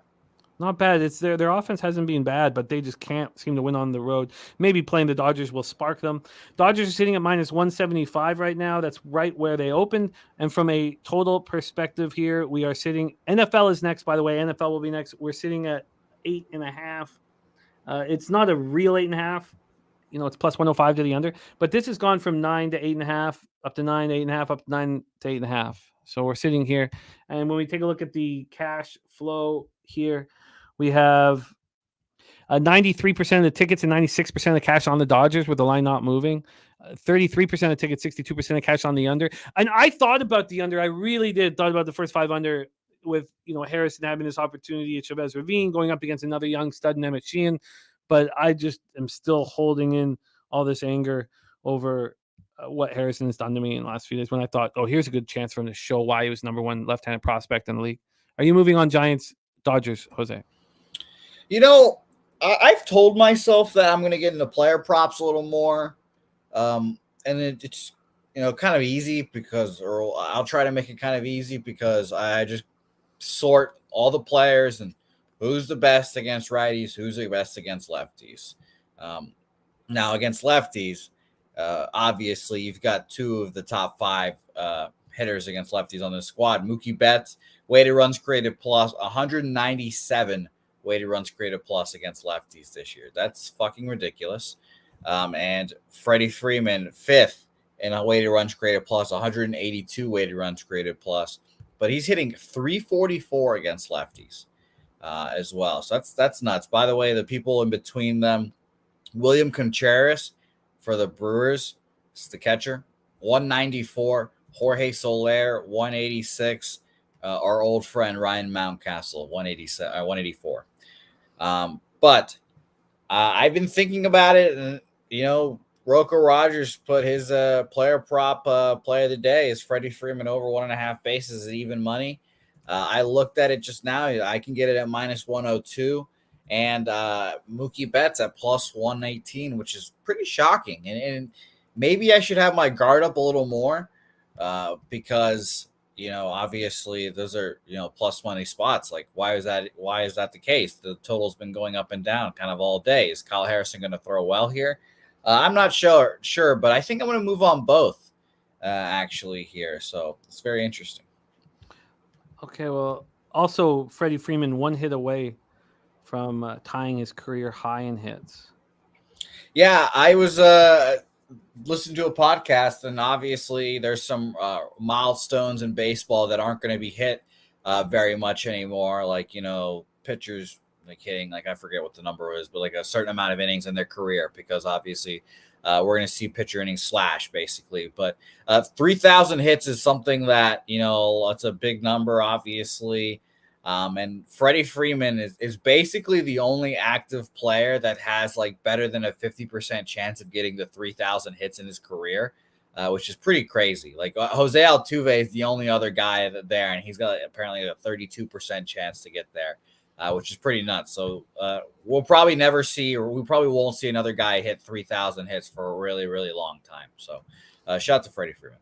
Yeah, shout out to Freddie Freeman. He's having a absolute monster season. So let me get that for you here. God, I would, would he be the first Canadian with 3,000 hits? Let's find out. I don't know. I mean, I know Larry Walker didn't get there, so who could have possibly got there? Nobody. He'd be the first Canadian. But let's grab your player props here. What you have? Mookie at what? Plus 118 and Freddie at minus 102. Plus 118 for over 1.5 bases. Yes. 118 and Freeman. And these are obviously official. So Freeman over. Yeah. Freeman over 1.5 at minus 102. All right. I'm looking at the 3,000 hit club, and I'm realizing that I don't know who is and isn't Canadian. So Robin Yount, I assume, is not Canadian. No, God, he's not Canadian at all. Very American. All right. I'm almost certain. I'll look into it, but I'm almost certain he'd be the first Canadian. Yeah, all right. I don't think so. I don't think there's any. Noli knows that's a SoCal kid, when he moved there at what, 12? 10? Hey, where did he play WCB baseball at? That's all that matters. He was born in Canada, lived there till he was what, 11, 12? Yeah, Vladdy, Canadian. Claim him. No, we can't claim Vladdy. Okay, but he cares about our country or whatever. Let's move on. Let's move on to NFL, and I look forward to talking about this big football game. Pimp Slap Play of the Day. Mikey M will be starring in our live stream. Pops off at 7:30 p.m. Eastern. All of our NFL live streams are going to start at 7:30 p.m. Eastern, except for these double up Mondays where we have another one today. So we'll start at 6:30 p.m. Eastern. And let's get to work right now. Let's get to work. Oh, I guess Votto. How many hits does Votto have? I don't think Votto's getting there. I know that it's with his injuries, it's unlikely, but I was curious how many he's got. I don't think he's going to get there. I'll look it up right now, though. Mr. Always Profit, I will not be in the live stream today. I have too much to do on these Thursdays. Friday's the tough, like the biggest card that we have to attack, and it's just too important for me. So 2,133. I won't even come close. Okay, so let's look at this NFL spot here. First off, weather's going to be nice in Santa Clara. Right now, it's like 73 or 74 Fahrenheit, sunny. There is some wind, but not much. Nothing to worry about. Let's move on to the line history here for this big one. Over to NFL. And we have these Niners as huge favorites. Now, 10.5-point favorites. Saquon is out. So is Thomas. We're going to talk about all the people who are out right now. The Niners opened up minus 10 and minus 108. They're now minus 10.5. So we've had a half-point move to them over at Pinnacle. And from a total perspective, we opened up at 45. And the first move was to the over, up to 46. We talked about that on our NFL show, Bankroll Blitz on Tuesday nights. And it's now down to 43.5. I think that all makes sense. Oh, I don't think you can do it on mobile app, Gagnon. Thank you for trying. That's very respect. Because we want everybody also on our big show here for the Cappers contest at 2 p.m. And it's a members only show, but you can't do it on the phone. Is that right? You can't join? It's kind of tricky. The money signs there, and sometimes it's not. Check if Gagnon, you can go into the link in our description at the very bottom. I think it's there. You can click there and try from there. So here we go. Andrew Thomas out with a hamstring injury. Saquon Barkley out with the ankle injury. Ben Bredeson out with a concussion. This offensive line looks atrocious for the Giants. And now you don't have Bredeson or Thomas. And Azeez Ojulari, linebacker, out with a hamstring injury. Let's get over to the cash flow here on this one. We have, move over to NFL. And we have 76% of the tickets, 76% of cash on the 49ers. From a total standpoint, you have 60% of tickets and 73% cash on the under. I like the under. That initial move to the over is probably the reason why I haven't already bet it. But I think, a lot of those models that would have pumped out the over that has Saquon Barkley in the backfield. So the Giants were impressive in that comeback, that season-saving comeback. They're down 20-0 at halftime. And Matt Breida, there's Rebenga involved with Matt Breida and the 49ers. They also have Gary Brightwell, who's going to get some run. But Breda he can be an exciting running back, and he can, and this is a very tough run defense in the Niners, but he's, more than capable of putting something together here. And Daboll has a history with Breda from the 2021 Bulls where he did very little, or Bills. Danny Dimes, 26 of 37 for 321 yards and ran 9 times for 59 yards. And Jalen Hyatt became a real weapon. Darren Waller also. This is the best wide receiving group. Well, their wide receiving group last year was horrific, but their schedule was nice. This is a tough schedule. The defense looked horrible in the first half, but they strengthened in the second half. And they still allowed 379 total yards, and they allowed 151 on the run. And we've heard from Shanahan that we certainly know that Elijah Mitchell is going to get a ton more run. Big shout out to Gagnon, now a member here of Pub Sports Radio. That means a ton to us, Gagnon. Thank you so much. That means an absolute ton. Gagnon looking more beautiful now as well. Shout out to that beauty right there. Jason Pinnock was all over the field. 13 tackles, 3 of them coming for a loss. But not having Thomas and Bredesen is a big problem. A big, big problem. So for Thomas, we're going to have Joshua Azudu starting in his place, and we've already seen this line look awful. For the 49ers, Brandon Ayuk is dealing with a shoulder injury, which is the reason why there's a lot of people interested in Deebo Samuel props in this game. Ambry Thomas is also questionable with an injury. With the situation for the 49ers cornerback group, Samuel Womack is now on IR, and he wasn't a starter, but he was a depth piece behind Lenoir, Oliver, Travarius Ward, and Ambry Thomas. So if Ambry Thomas is not in the line, this is a crucial bit of this game. If Ambry Thomas is not in the lineup, we have Darrell Luter on the PUP list. So Trey Swilling has been called up from the practice squad. And it's possible that you'll have Trey Swilling out there in an important place.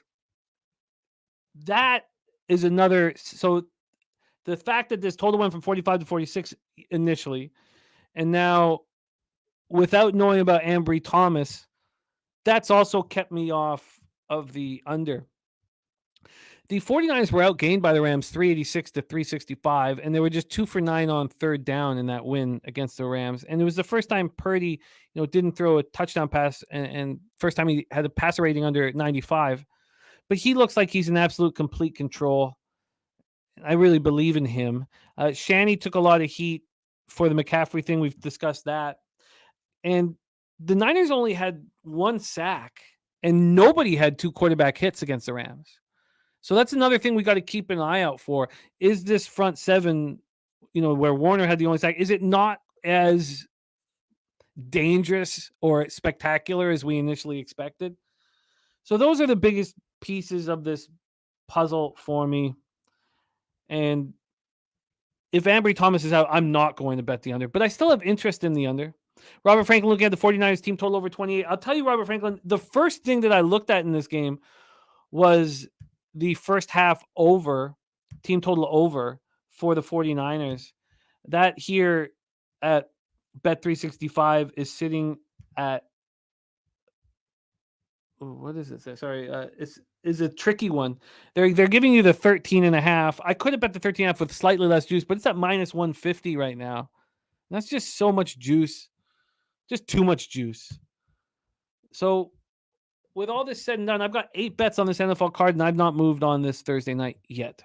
Jose, what is your plan for Thursday night football? Are you using this in the Cappers contest? No, I don't think so. I thought about, or I might end up using them with 49ers in Survivor. I considered that, but I don't know if I will. I don't love Thursday nights. Like our guy Earl Sports Best in there saying, "What's everyone on a prime time favorite? What can go wrong?" I agree. Primetime under, probably bet that. He got it at 45. You can see it's dropped to 43.5. So I lean that way as well. But I don't know. I just ended up passing on the spread. I probably lean Giants, honestly. The 10.5 is just kind of a lot of points in the NFL, obviously. So Giants for me, I guess, plus 10.5 and an underlook, just because I think it'll be a low scoring game. Player props wise, maybe it's repetitive, and whatnot. But I just love tight end props. That's just kind of what I lean on and fall back on. And if I had to pick between the two, Waller and Kittle, give me George Kittle touchdown. So I'm not going to make anything official either, Cappers contest wise, but George Kittle's touchdown is something that I am interested in. Yeah, I hear that. DC Capper says new debit card. How do I make the $4.99 payment? Just hit that link in our video description. Mm-hmm. Just hit the link and it will take you there. DC Capper, and thank you, my friend. Thank you so much. Yeah, and all the settings are on your Google account as well. So, I'm after talking this all out, I'm gonna stay off of it. But if I had a free bet right now, I would take the under. Now, a lot of cappers got it. Look at Nicholas Earl, got it at 45. It's now at 43.5. And I'm comfortable not moving on it. I'm still not sure what to make of the explosion from the Giants offense in the second half against the Cardinals. Now, Saquon Barkley was a big part of it in that game before he got hurt. He ran 17 times for 63 yards and a touchdown, caught 6 passes for 29 yards and a touchdown. Brady's not going to give you that. But coming off a bad week, I just want to keep everything really clean. And I love the 8 bets that I have in NFL. So I can understand not wanting the Niners at 10.5. And I don't know what I'm going to do in the actual, because I'm in one pool where you have to pick every game on the spread. I guess I lean slightly towards the Giants, but, just because of how many people are on the Niners, and it makes me uncomfortable. But, I mean, how easy would it be, for the Niners to be up, 27-10 and the Giants to go down and score a meaningless touchdown to make it, 27-17 to push it over a half point over the 43.5 and to cover the 10.5. I just that if that was in the game script, I mean, that wouldn't be a surprise to anybody. Billy Friedrich says San Francisco 17-3 at the half. I certainly see that as a possibility here. 1777 says Daniel Jones without Barkley. Daniel Jones numbers without Barkley aren't very good. Yeah, the first half I can understand as well. That first half, I get all the spots that everybody is looking at. I just, it's not 6.5 anymore here. You can pay for the 6.5, but even this -7 is juiced. So yeah, I guess the two top looks, I guess, would be, that first half -7. I guess I find that appealing here. But this 49ers team that feels really good about themselves, a Giants team that's scrambling and finally put together a little bit of momentum. So I'm off of this spot. Harold Williams says that 49ers first half is the way to go.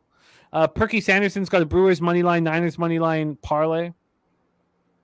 So there's Red Girl. Great to see you, Red Girl. It's been too long. And Rob Free says a Niners smash spot.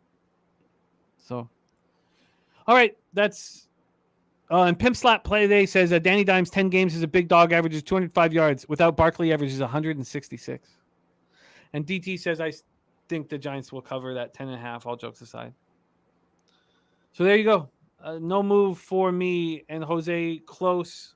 Looking at that Kittle tight end prop, leaning towards both the under and the Giants. Neither of us using it in the Cappers contest either. So, unfortunately, I thought I might get talked into something here. I'm not going to get talked into it. But I have looks in college football. So, let's move on to college football next. Recap of action from Reclaim James. He wants a recap of action. Let's give you that for sure. Reclaim James. Any member will stop immediately. First off, Angels Rays, we stayed off. Jose, you have interest in the Cards double up. You still I'm on it. Okay, so let's get those numbers here, Jose. I already tweeted it out, so don't worry about it. I am on. I'm going to double check. First 5 money line -125, full game money line -109 for me. And Deshaun G's on Goldschmidt RBI +155. Braves Nats, we stayed off. The Pimp Slap Oh, sorry, I keep reading his name. The ribeye play of the day from Mikey is Aaron Judge at plus 155. Jose's on the Jays at plus 123. Jose and I are both on the Orioles -1.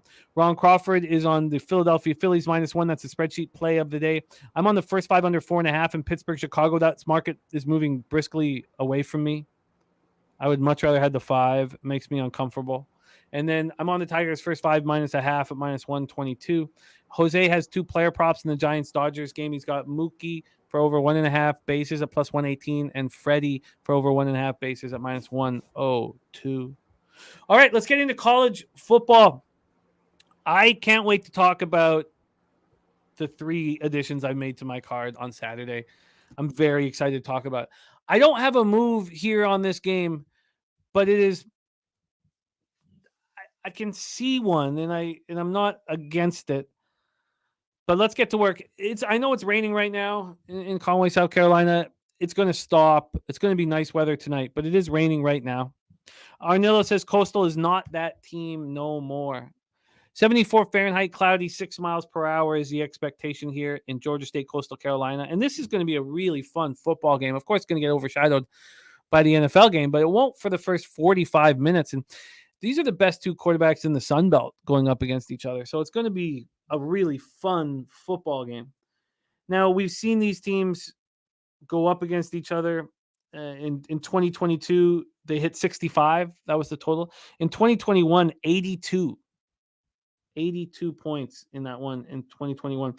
But Coastal Carolina does seem like a little bit more of a plodding offensive squad than they were before when they were just, a high wire act. Let's go over the line history here and the cash flow for this spot. Move over to college football. And let's go. So here we go. Georgia State, Coastal Carolina. We'll start with the spread. This has been moving towards Georgia State.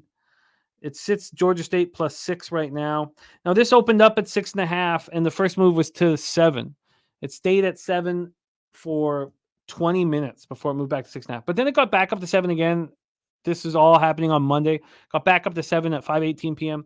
And again, it only lasted there, but this time it lasted for 12 hours. And then back at 7. So it kept bouncing and bouncing and bouncing. But today we've had a very clear move this morning towards Georgia State. This at 10:30 in the morning was a 7 at Pinnacle, and now at 12:24 p.m. we're at a 6. So we've moved 1 point towards Georgia State. From a total scenario here, we have it sitting at 63. So this has just been climbing. It opened up at 61, and now we're up to 63. The first time it got to 63, it went back to 62, and it stayed there for a while. So actually, it stayed there for 12 hours, but it's back at 63 right now. So we have a move to the over and a move towards Georgia State. Wine Time Sports is on the under 62.5 here, and DT says that they always beat each other at each other's stadiums. All right. So Arnillo looking at Robert Lewis for any time touchdown in this one. Let's go over to here the cash flow then for this spot. The standalone Thursday night banger. We have 62% of the tickets and 62% of the cash on Coastal Carolina, and the market is moving towards Georgia State. Then you have 80% of the tickets and 93% of cash on the over. Georgia State opened the season with an ugly 42-35 victory over Rhode Island. They were 18-point favorites, and they were outgained 520 to 424. We've been talking about these types of situations, when I've been attacking the board this week, and we did it 3 times in week 2 and only once in week 3 last week. And that was a mistake, not using Missouri and Old Dominion, but only using Buffalo. And that blew up my face. But now I'm going to be attacking this week in and week out with this idea. You want to back a college football team that gets slapped in the face, that needs to regroup, that their coach is losing it on them. After that, they were 18-point favorites. They were outgained 520 to 424 by Rhode Island. Then they destroyed UConn. They were only 3-point favorites in that one. They destroyed UConn. So those were 2 home games for Georgia State. They beat UConn 35-14. They showed who they were, and then they kept that momentum coming in an impressive 41-25 win at Charlotte at 6.5-point favorites. One of the things about that first road game is it's really easy to ramp up the team for that first road game. And in fact, I kind of had some interest in Temple first half, but I'm afraid of Miami getting really worked up. You know, we see what Van Dyke's doing this year. And if they get really worked up their first road game of the year, this is not just because it's their first road game of the year. I don't see how a team could be sloppy really in their first road game of the year. This is, the easiest coaching situation you can imagine to pump your team up for the first road game of the year. So they kept it up. They beat Charlotte 41-25, and they put up 568 total yards. The big thing is Granger and the squad didn't turn the ball over. This is a senior quarterback now, and you can see it when Darren Granger's out there. 27-33 for 466 yards and 3 touchdowns. He sent a message saying, I'm the best quarterback in the Sun Belt. Now, Grayson McCall, he's been the Sun Belt Player of the Year for 3 years in a row. And Darren Granger's coming for him. Marcus Carroll also 4th in FBS with 358 rushing yards. The issue with why it's so difficult to back Georgia State and why look, the market's moving towards them right now. Market-wise, everything says they're going to keep this game close. It's this defense. They were decimated in the transfer market and graduation. I don't know how we can trust them here. I really don't. Coastal Carolina opened their season with that tough 27-13 loss at UCLA. They were 15.5-point dogs. I thought they played pretty well there. They followed that up by defeating Jacksonville State 30-16 at home. I like Jacksonville State, and we're going to talk about their game in the next breakdown. I think Jacksonville State is a good football team. So then they destroy FCS Duquesne 66-7. I don't think it helps beating a team like Duquesne by that score. But, Grayson's now a senior. He's got a really strong group of weapons all around him. And if it wasn't for Georgia State's defense, I'd be on them for sure. And I also think that this game means so much to Granger that I find Georgia State appealing after talking it out. I really do. I think, if this comes down to late play, the problem is that you can't trust Georgia State to get stops, but you can trust Granger to put up points. And Coastal Carolina just doesn't seem like that firepower offensively. And I know that they are if you look at the skill players outside, but they haven't really shown that yet. Wine time like in Coastal Carolina. Sean Pulliam, same game parlay. CMC anytime touchdown and Purdy over 2 touchdowns, plus 130. I like that, Sharon. I'm a little nervous about how much CMC will play because, how much heat Shanny's taken for him playing every snap last game. But, he's a monster. So take it away for us here. Take it away, my man. What are your thoughts here for Georgia State, Coastal Carolina? I have done, so we can keep it going. No worries. Okay. So I guess when it comes down to the spot here, I find Georgia State appealing right now. Yeah, based on the chat, I do too. There's a lot of Georgia State in the chat. And Mike M, by the way, pimp slap pot on the over 62 in this game. Oh, wow. Yeah, I mean, trend-wise, you could imagine that. I would imagine that. Yeah, I get from a trend angle. God, I don't want to have more action here, but I'm starting to lean towards Georgia State, keeping this one close enough. God damn it. I mean, if I had Georgia State, then I should probably just add the under in the Orioles Guardians game as well. Okay, I've kind of talked myself into Georgia State here, and it's all because of Darren Granger. All because of him. This is his statement game. Okay. So there is that. Newkirk says 93% of money on the over pass. Yeah, it's but at least the market is moving in that direction. And then Mikey saying Carroll over 97.5 rush yards too. It's not so much a trend thing, how it's how these teams play and who doesn't have a defense. Yeah, no, I get it. I get the look. But I mean, when these two teams have played the last 2 years, they've been 145 points in the two games. Alfred says 72% of money on the Georgia State money line with 20% of the bets. I wouldn't let those numbers. We don't talk about the money line in NHL in the big favorite games because the professional gamblers aren't going to be taking minus 250s and minus 300s. So I don't think studying the money line for a spot where there's like a real favorite is helpful. Personally, that's my own personal thing. Collins Club says, can you explain to me why it's a bad idea to keep your best offensive player on the field when you're running an offense? Yeah, because he's a China doll. And it's week 3, and you have a game 4 days later. So it's pretty simple. Like, he's just, if, CMC was healthy last year, and it was great to see, but, I mean, this is a guy with a ton of injury issues throughout his career. And Channing knew he had a game on Thursday. So, yeah, it's a bad idea. You shouldn't play him on every single snap in week 2 of the NFL season. It doesn't make any sense. And I know why you'd want to, because having CMC is like a video game. Ross Pitt says, this is a big rivalry. I believe Coastal won last time. I believe Georgia comes with it. Eric Jones is on the under. Billy Friedrich has a college football parlay, dog parlay. Auburn plus 7.5, Temple plus 23.5, and Colorado plus 21. Here we go. Pop this in. That's an interesting one. I really want to talk about that Auburn game tomorrow because we had CMAC give it out here. So, all right. Mikey says, let me tell you where you don't want to be. On a Georgia team that has 99% of cash on the money line. You haven't bet on Georgia schools enough if you don't know the cardinal rule going into it. There he goes. All right. Info Patashi says, can the Giants O-line hold off the Niners long enough for Jones to make some throws? I don't know if it can. 99% of the cash on the money line. I didn't realize that was the case. Let me just right here. Wow. 99% of the cash is on the money line on Georgia State. That does not sound good.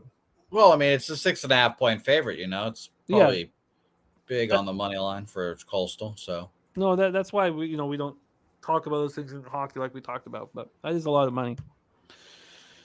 Billy Friedrich says Coastal just isn't good. Says that's why he's on Georgia State. All right, and I love that look on Temple. I fear the ability for Cristobal to pump up Miami here on the first road game of the year. It was going to be on the card. The Sharps are on Temple, but I just couldn't get there. Okay, let's talk about the spots that I'm on. Now I've got to sit with this Georgia State spot here. I've got to sit with it a little longer. I mean, we know how big of a game this is for Coastal Carolina. Okay, let's go. We start on Saturday. These are 3 bets that I've made. And just to remind you guys of the first 3, I'm on Purdue plus 6, Kansas minus 8.5, and Hawaii minus 3. These are 3 additions I've made to the card. 5 p.m. Eastern Michigan Eagles at Jacksonville State Gamecocks. We're in Jacksonville, Alabama for this one. I don't have the weather up here for some reason. I don't know why. Let me just grab it for you guys right now. Jacksonville weather. Oh, that's Jacksonville, Florida. Shit, Jacksonville, Alabama weather. And it is tomorrow. It's gorgeous. Absolutely beautiful. It'll be like 9-mile-per-hour winds. It's going to die down during the game. Absolutely beautiful. Let's get over to the line history. We've seen this big market move towards Jacksonville State, but this has stayed under the touchdown, which is imperative. And look, I would have much rather got it at 4.5. I bet it at 6.5. It's I can understand. I would much rather have 4.5. That's all I can say. This opened up at 4.5. It lasted for 21 minutes before it hit 5.5. It lasted 1 minute after that before it hit 6. The Sharps hammered Jacksonville State immediately when it came out. Then this got to 7. It got to 7 on Monday at 2:21 p.m. That was deemed too much. It came down to 6.5. But that's a big move towards Jacksonville State. Let's get over to the total in this one. Here we go. Let's move over to the total for this Jacksonville State spot. Again, this is at 5 p.m. Eastern here. It's sitting at 53.5, and it's gone up from 50.5. So we've had a 3-point move towards the over in this. Oh, wow. Ricky Levine's going to be in Oregon for the big game this weekend. Your thoughts? Well, how about this, Ricky? That's going to be so much fun. But how about this? We'll cap it with Dabby Cab here because for the high profile, I don't want to talk. I didn't want to talk about any games here before Friday that I don't have a bet on. And, if we're dealing with a certain amount of time, I just wanted to, this is a play that I'm betting. And then on Friday, when we have a college football guest like Dabby Cab, then we can talk about these big games that I'm not on just to help everybody's capping. But here during the week, and I want to stick to this on Wednesdays and Thursdays, I just want to talk about games that I'm confident on, that I've studied and spent time with, and that I'm betting. So that's the situation. That's why these are not marquee games. And maybe somebody will be like, what the fuck are you talking about Burgess Snow Field instead of, Oregon, Colorado? But that's why. Because this is a move I'm making, and maybe it's not good for the show. Whatever. Okay, let's get back to the spot here. Cash wise for this one, 5 p.m. Eastern. Move over here. Sorry. Here we go. 5 p.m. Eastern. And then, Jose, can you keep an eye on the comments? Now, with Eastern Michigan, Jacksonville State, there might not be many, but then when I hand it over to you at the end, you can say, look, nobody gives a fuck about this game. Talk about the next one, or here's some comments. So from the spread situation here, we have 69% of the tickets and 81% of the cash on Jacksonville State. 69 and 81. And from a total perspective, 53% of the tickets and 77% of cash is on the over. So let's start with Eastern Michigan. They put up 2 field goals at Minnesota in a 25-6 loss as 19.5-point dogs. Also, Minnesota's horrific offense was able to put up 25 points against Eastern Michigan. That's half of the points they put up this year. Eastern Michigan followed that up with a really ugly 19-17 home win over UMass. 7-point favorites, and they, barely beat UMass. Now, against Minnesota, they had 152 yards of offense. Now, we know Minnesota is a tough defense. In the loss to UMass, they were outgained 464 to 371. They were very fortunate to win the turnover battle 4-1. They've won the turnover battle in back-to-back games. They won the turnover battle against Minnesota 2-1. They won the turnover battle over UMass 4-1. And that they were very lucky to have done that. UMass had 23 first downs against Eastern Michigan. Eastern Michigan only had 14. Austin Smith is not that guy. He was 9 of 20 for 71 yards and an interception against Minnesota.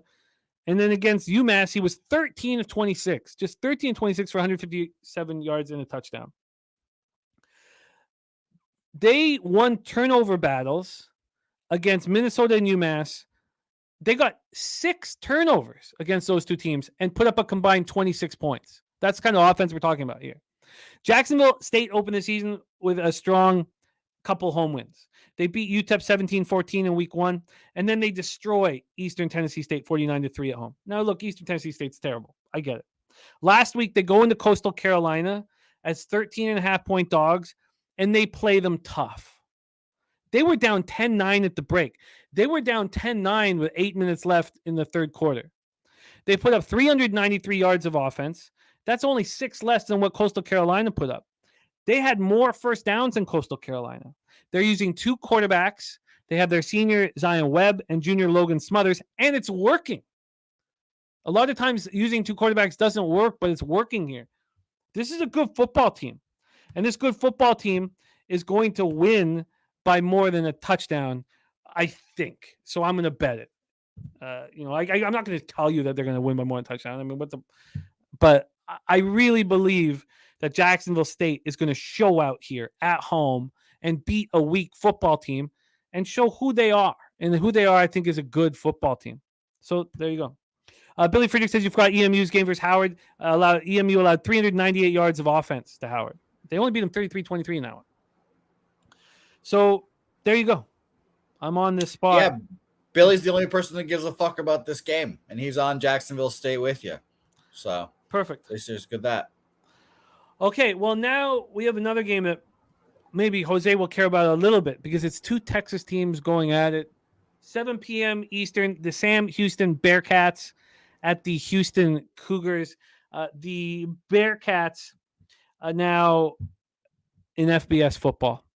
They were a dominant team in FCS, won the national championship in 2020, and they're a good football team. They have a very good defense. Maybe a good football team is too much. Let's go over the line history here for this spot. Sam Houston State versus Houston. The total is low. It's sitting at 38, a very low total. This opened up at 39. There's a very low volatility expected in this one. From a spread scenario here, and Jose knows this Cougars team well from that first game against UTSA, and now UTSA not playing good football. This is sitting at 12.5 at Pinnacle. This opened up at 12.5, and it's now right there. So there's been almost no movement in this one. Almost no movement. Arnillo says he's got a buddy that plays at Houston, and he says that locker room is broken up right now. I love hearing that. Earl Sports Bets is on the Sam Houston under 38, says this total is low for a reason. Mally Mouse says Sam Houston was a good bet last season. They've covered both of their games so far this year, and we'll go over it. Listen to this. This is a team that's covered both of their games this year, and they've scored 3 points. This is a real defense. When we go over to the cash flow for this one, you have 60% of the tickets and 65% of the cash on the over. Wow. Wow, that makes me want to add the under to this. It really does. On the spread, 51% of the tickets are on Sam Houston and 91% of the cash. So maybe you're sitting there going, well, why is the line not moving? It has moved to 12 at other books, but there's only 3,311 tickets in. If more money starts coming in on the Bearcats, I expect the line to move. I think that the under is a possible bet here. Now let's talk about Sam Houston. So they come in off two very tough losses. They opened up this season losing 14-0 at BYU. That was extremely impressive. They were 19-point dogs. They held Slovis to 145 yards passing, and BYU only had 12 first downs against them. Now they lose the turnover battle 3-0. You flip it around, then they go into BYU and beat them and upset them. Then they lose 14-3 to a really tough Air Force squad as 13.5-point dogs. That touchdown that Air Force scored, the lone touchdown in the game, happened with 5 minutes left in the game. That's what this defense is doing. Now look, their offense is horrific. 37.5 yards per game rushing, but that's against BYU and Air Force. 95.5 yards per game passing. They're going to break through at some point. Their senior quarterback, Keegan Shoemaker, is not good, but this team is battling against really tough competition. So, yes, their offense is abysmal. 80 yards of offense and 6 first downs against the Falcons. But I trust this defense in a low volatility game with a low total. I trust this team to stay within 12 points. Let's look at Houston. They barely get by UTSA 17-14 at home. Then Houston went to Rice and lost in double overtime 43-41 as 7.5-point favorites. Then they lose to TCU at home. They were only 7.5-point dogs. They lose 36-13. This Houston defense has allowed 79 points the last 2 games. They were outgained 564 to 266 at home. TCU had 35 first downs while Houston had 12. The Cougars are allowing 31 points per game, 175.7 yards rushing, 308 yards passing. They're allowing 483.7 yards per game, which is 127th in the nation. The Bearcats will be in this football game. They'll be in this football game. Earl Sports says he projected this game at Houston -13, so he says the line is correct for the side. I really like it. Billy Friedrich says a full game under and Sam Houston is what he's looking at. And I guess it's just Billy and only a couple guys here on the spot. Yeah, Billy and Earl Sports Bets. But I'm going to be betting the under. I'm going to be betting the under, and it'll be one of those bets like you did, Jim, where it's a little larger than all of your other bets to hopefully not pay your local this week. Wow. When is your in day in out Sunday? Day? Sunday. Okay.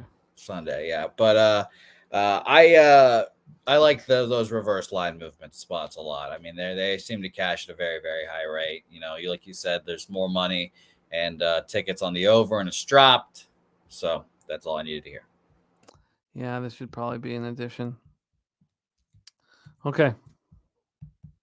All right. Let's move on. There's Boogie Main in the house. Okay, this one is a little bit at least we're talking Big Ten. Let's move to the Big Ten. This is my final spot on a card, but I feel like I'm going to add that under with you guys. Minnesota Golden Gophers, 2-1, 1-0 in the Big Ten at the Northwestern Wildcats, 1-2, 0-1 in the Big Ten. We're at Ryan Field in Evanston. Now, look, Northwestern is shook. But in saying that, with Fitzgerald being let go and all the horrible stories that are coming out, David Braun is the right guy to coach this football team. So I know that this is a dark time right now for Northwestern, but I believe in David Braun. So let me just start there. Let's go into the line history for this spot. This is at 7:30 p.m. Saturday night. And sure, it'll be overshadowed by other games. Northwestern is sitting at 11-point favorites. Sorry, let's move over here. The sitting is 11-point favorites. I got them at 11.5 at 365. They were 11 at Pinnacle. At Pinnacle, they opened up at 12.5, and it lasted there for 13 hours before it moved to 11. That's a big jump from 12.5 to 11. And then it doesn't move off that 11. A 1.5 jump by a book like Pinnacle. That's a big one. Let's go over to the total in this one here. We'll go over here for Minnesota Northwestern. Obviously, talking about Braun, you guys have an idea of the bet that I made. This total is also very low. It's at 39. It opened up at 39. It quickly dropped to 38, and then it came back up to 39. Let's take a look at the cash flow then for this one. Wine Time says, I like Northwestern to somehow cover this spot. So do I. Prime VA says Northwestern is a bad team. And Andrew G says, Minnie kills him. Northwestern are terrible. I think that Minnesota is also terrible. And I understand that, the whole system in Northwestern's shook. But I think that this is a nice opportunity. I really do. And of course I do because I bet it. So let's go into the cash flow then for this one with Northwestern at home. Now, they only drew 14,000 for their first home game. It's not like this is a tough place to play in. For the spread, you have 30% of the tickets on Northwestern and 46% of the cash. I want that. That's a wheelhouse type situation. You have 67% of the tickets and 61% of cash on the under. Billy Friedrich says, I think Minnesota covers. I see Northwestern is a team about as good as Eastern Michigan, and Minnesota beat them by 19. I think this game is very similar. The big difference, and that's a fair comment, the big difference is that game was at Minnesota, and this game is at Northwestern. And I do believe that is a big difference. And I think that Minnesota's offense is very weak. 51 points through the first 3 games. They barely get past Nebraska 13-10. They could only put up 25 points against Eastern Michigan. And then in their first road game of the year, they were only 7-point dogs at North Carolina, and they lose 31-13. They were outgained 519-303, and Calic Manis threw for 446 yards, a touchdown, and 3 interceptions this year. Not in that game, of course, because they only put up whatever. He's throwing for 446 yards, a touchdown, and 3 interceptions. He's completed 51.1% of his passing. So at this point, if you're going to look at this, Ben Bryant is having a better year. It's possible that Northwestern has a quarterback advantage right now. It's possible. So back about Braun here. He was the defensive coordinator FCS powerhouse North Dakota for 4 seasons. He led them to 2 national championships. They had the number 1 scoring defense twice, and he was the FCS Defensive Coordinator of the Year in 2021. They opened up their season with a tough 24-7 loss at Rutgers, but then they beat up on UTEP 38-7. They were only 1-point favorites, and that's their only home game so far. So what we're seeing is a completely different group at home than what we see on the road. Then they come in off getting taken to the woodshed by Duke. They lose 38-14. I like it. I want to back a team that just got slapped in the face and now is coming home, and I want to fade a team like Minnesota who thinks this is going to be an easy competition. So Mikey says Minnie's culture is awful. So look, I am on Northwestern and I'm on Sam Houston. Both these totals are under 40 and you're getting 12 or 11 points. This is a spot where there's low volatility and one big play broken in our direction. You know, one of these teams could win on a money line. So any interest in this one? What was that?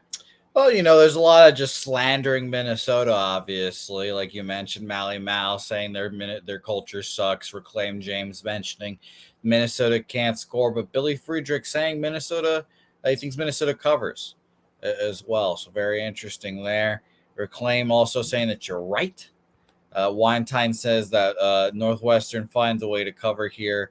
And Andrew G says Minnesota kills them. Northwestern is terrible. A lot of under love as well.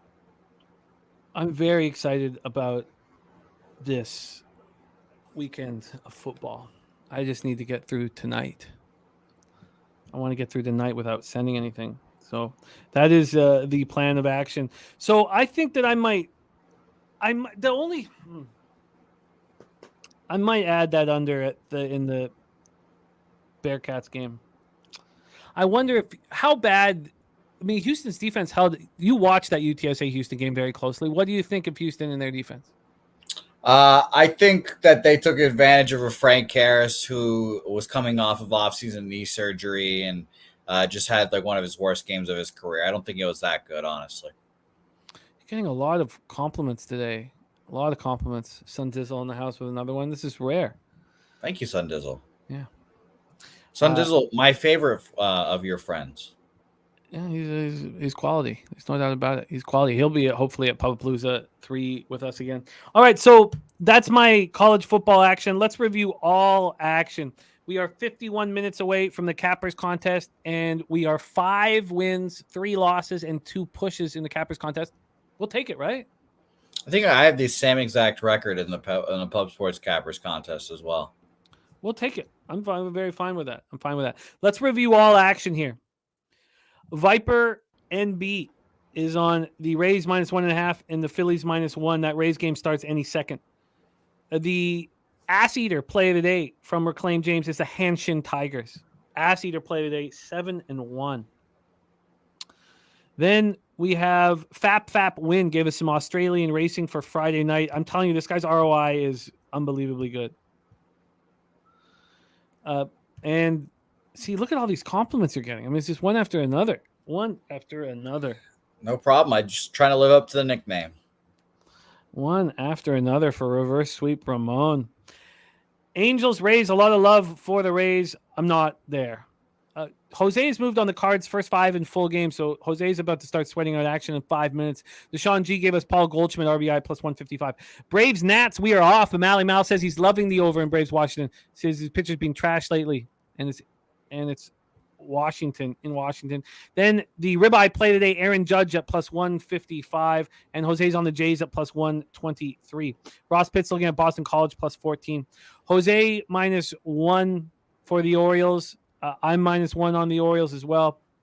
Ron Crawford spreadsheet play today, Philadelphia -1.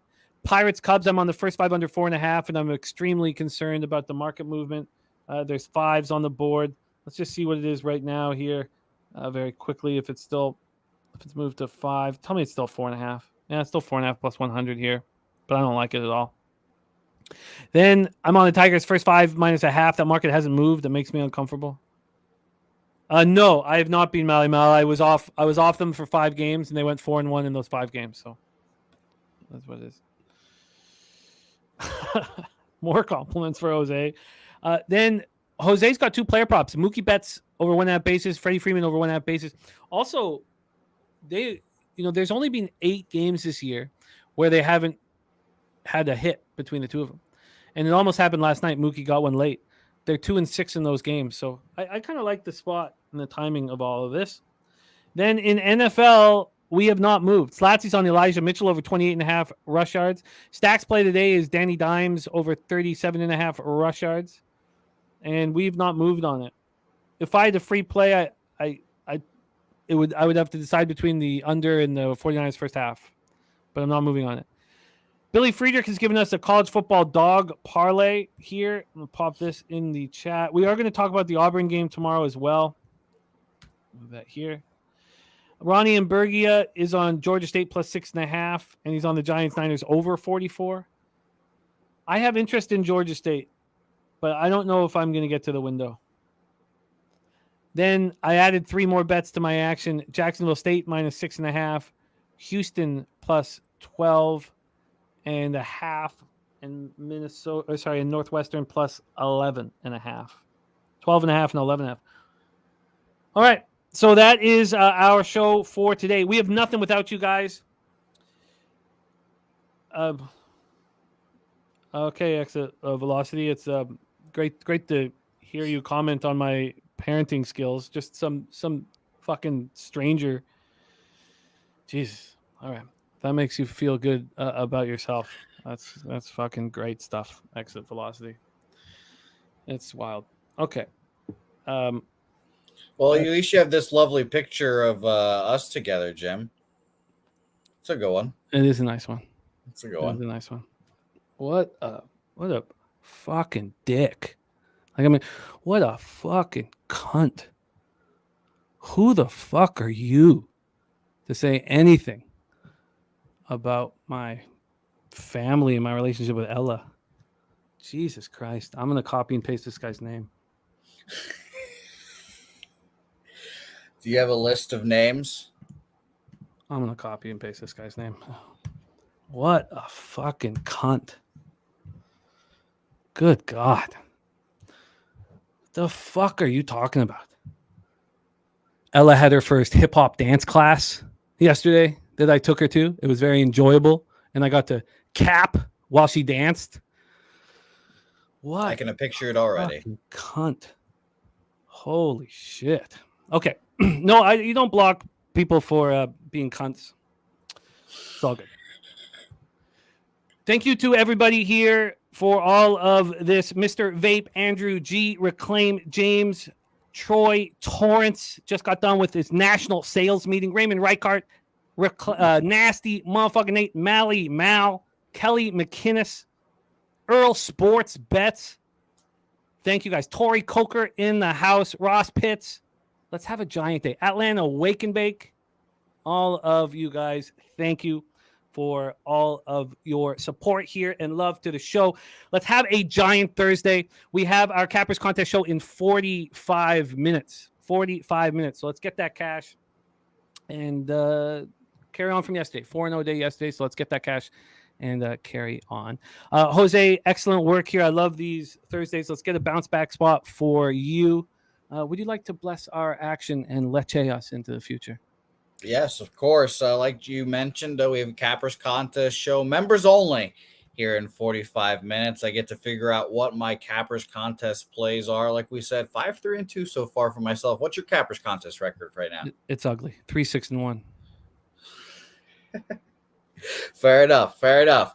All right, guys, let's go fucking get some money today because the Cappers Contest is coming. I can't wait, and we're going to have a lot of good plays this weekend as well. So, leche, 8 Los bookmakers. Let's go.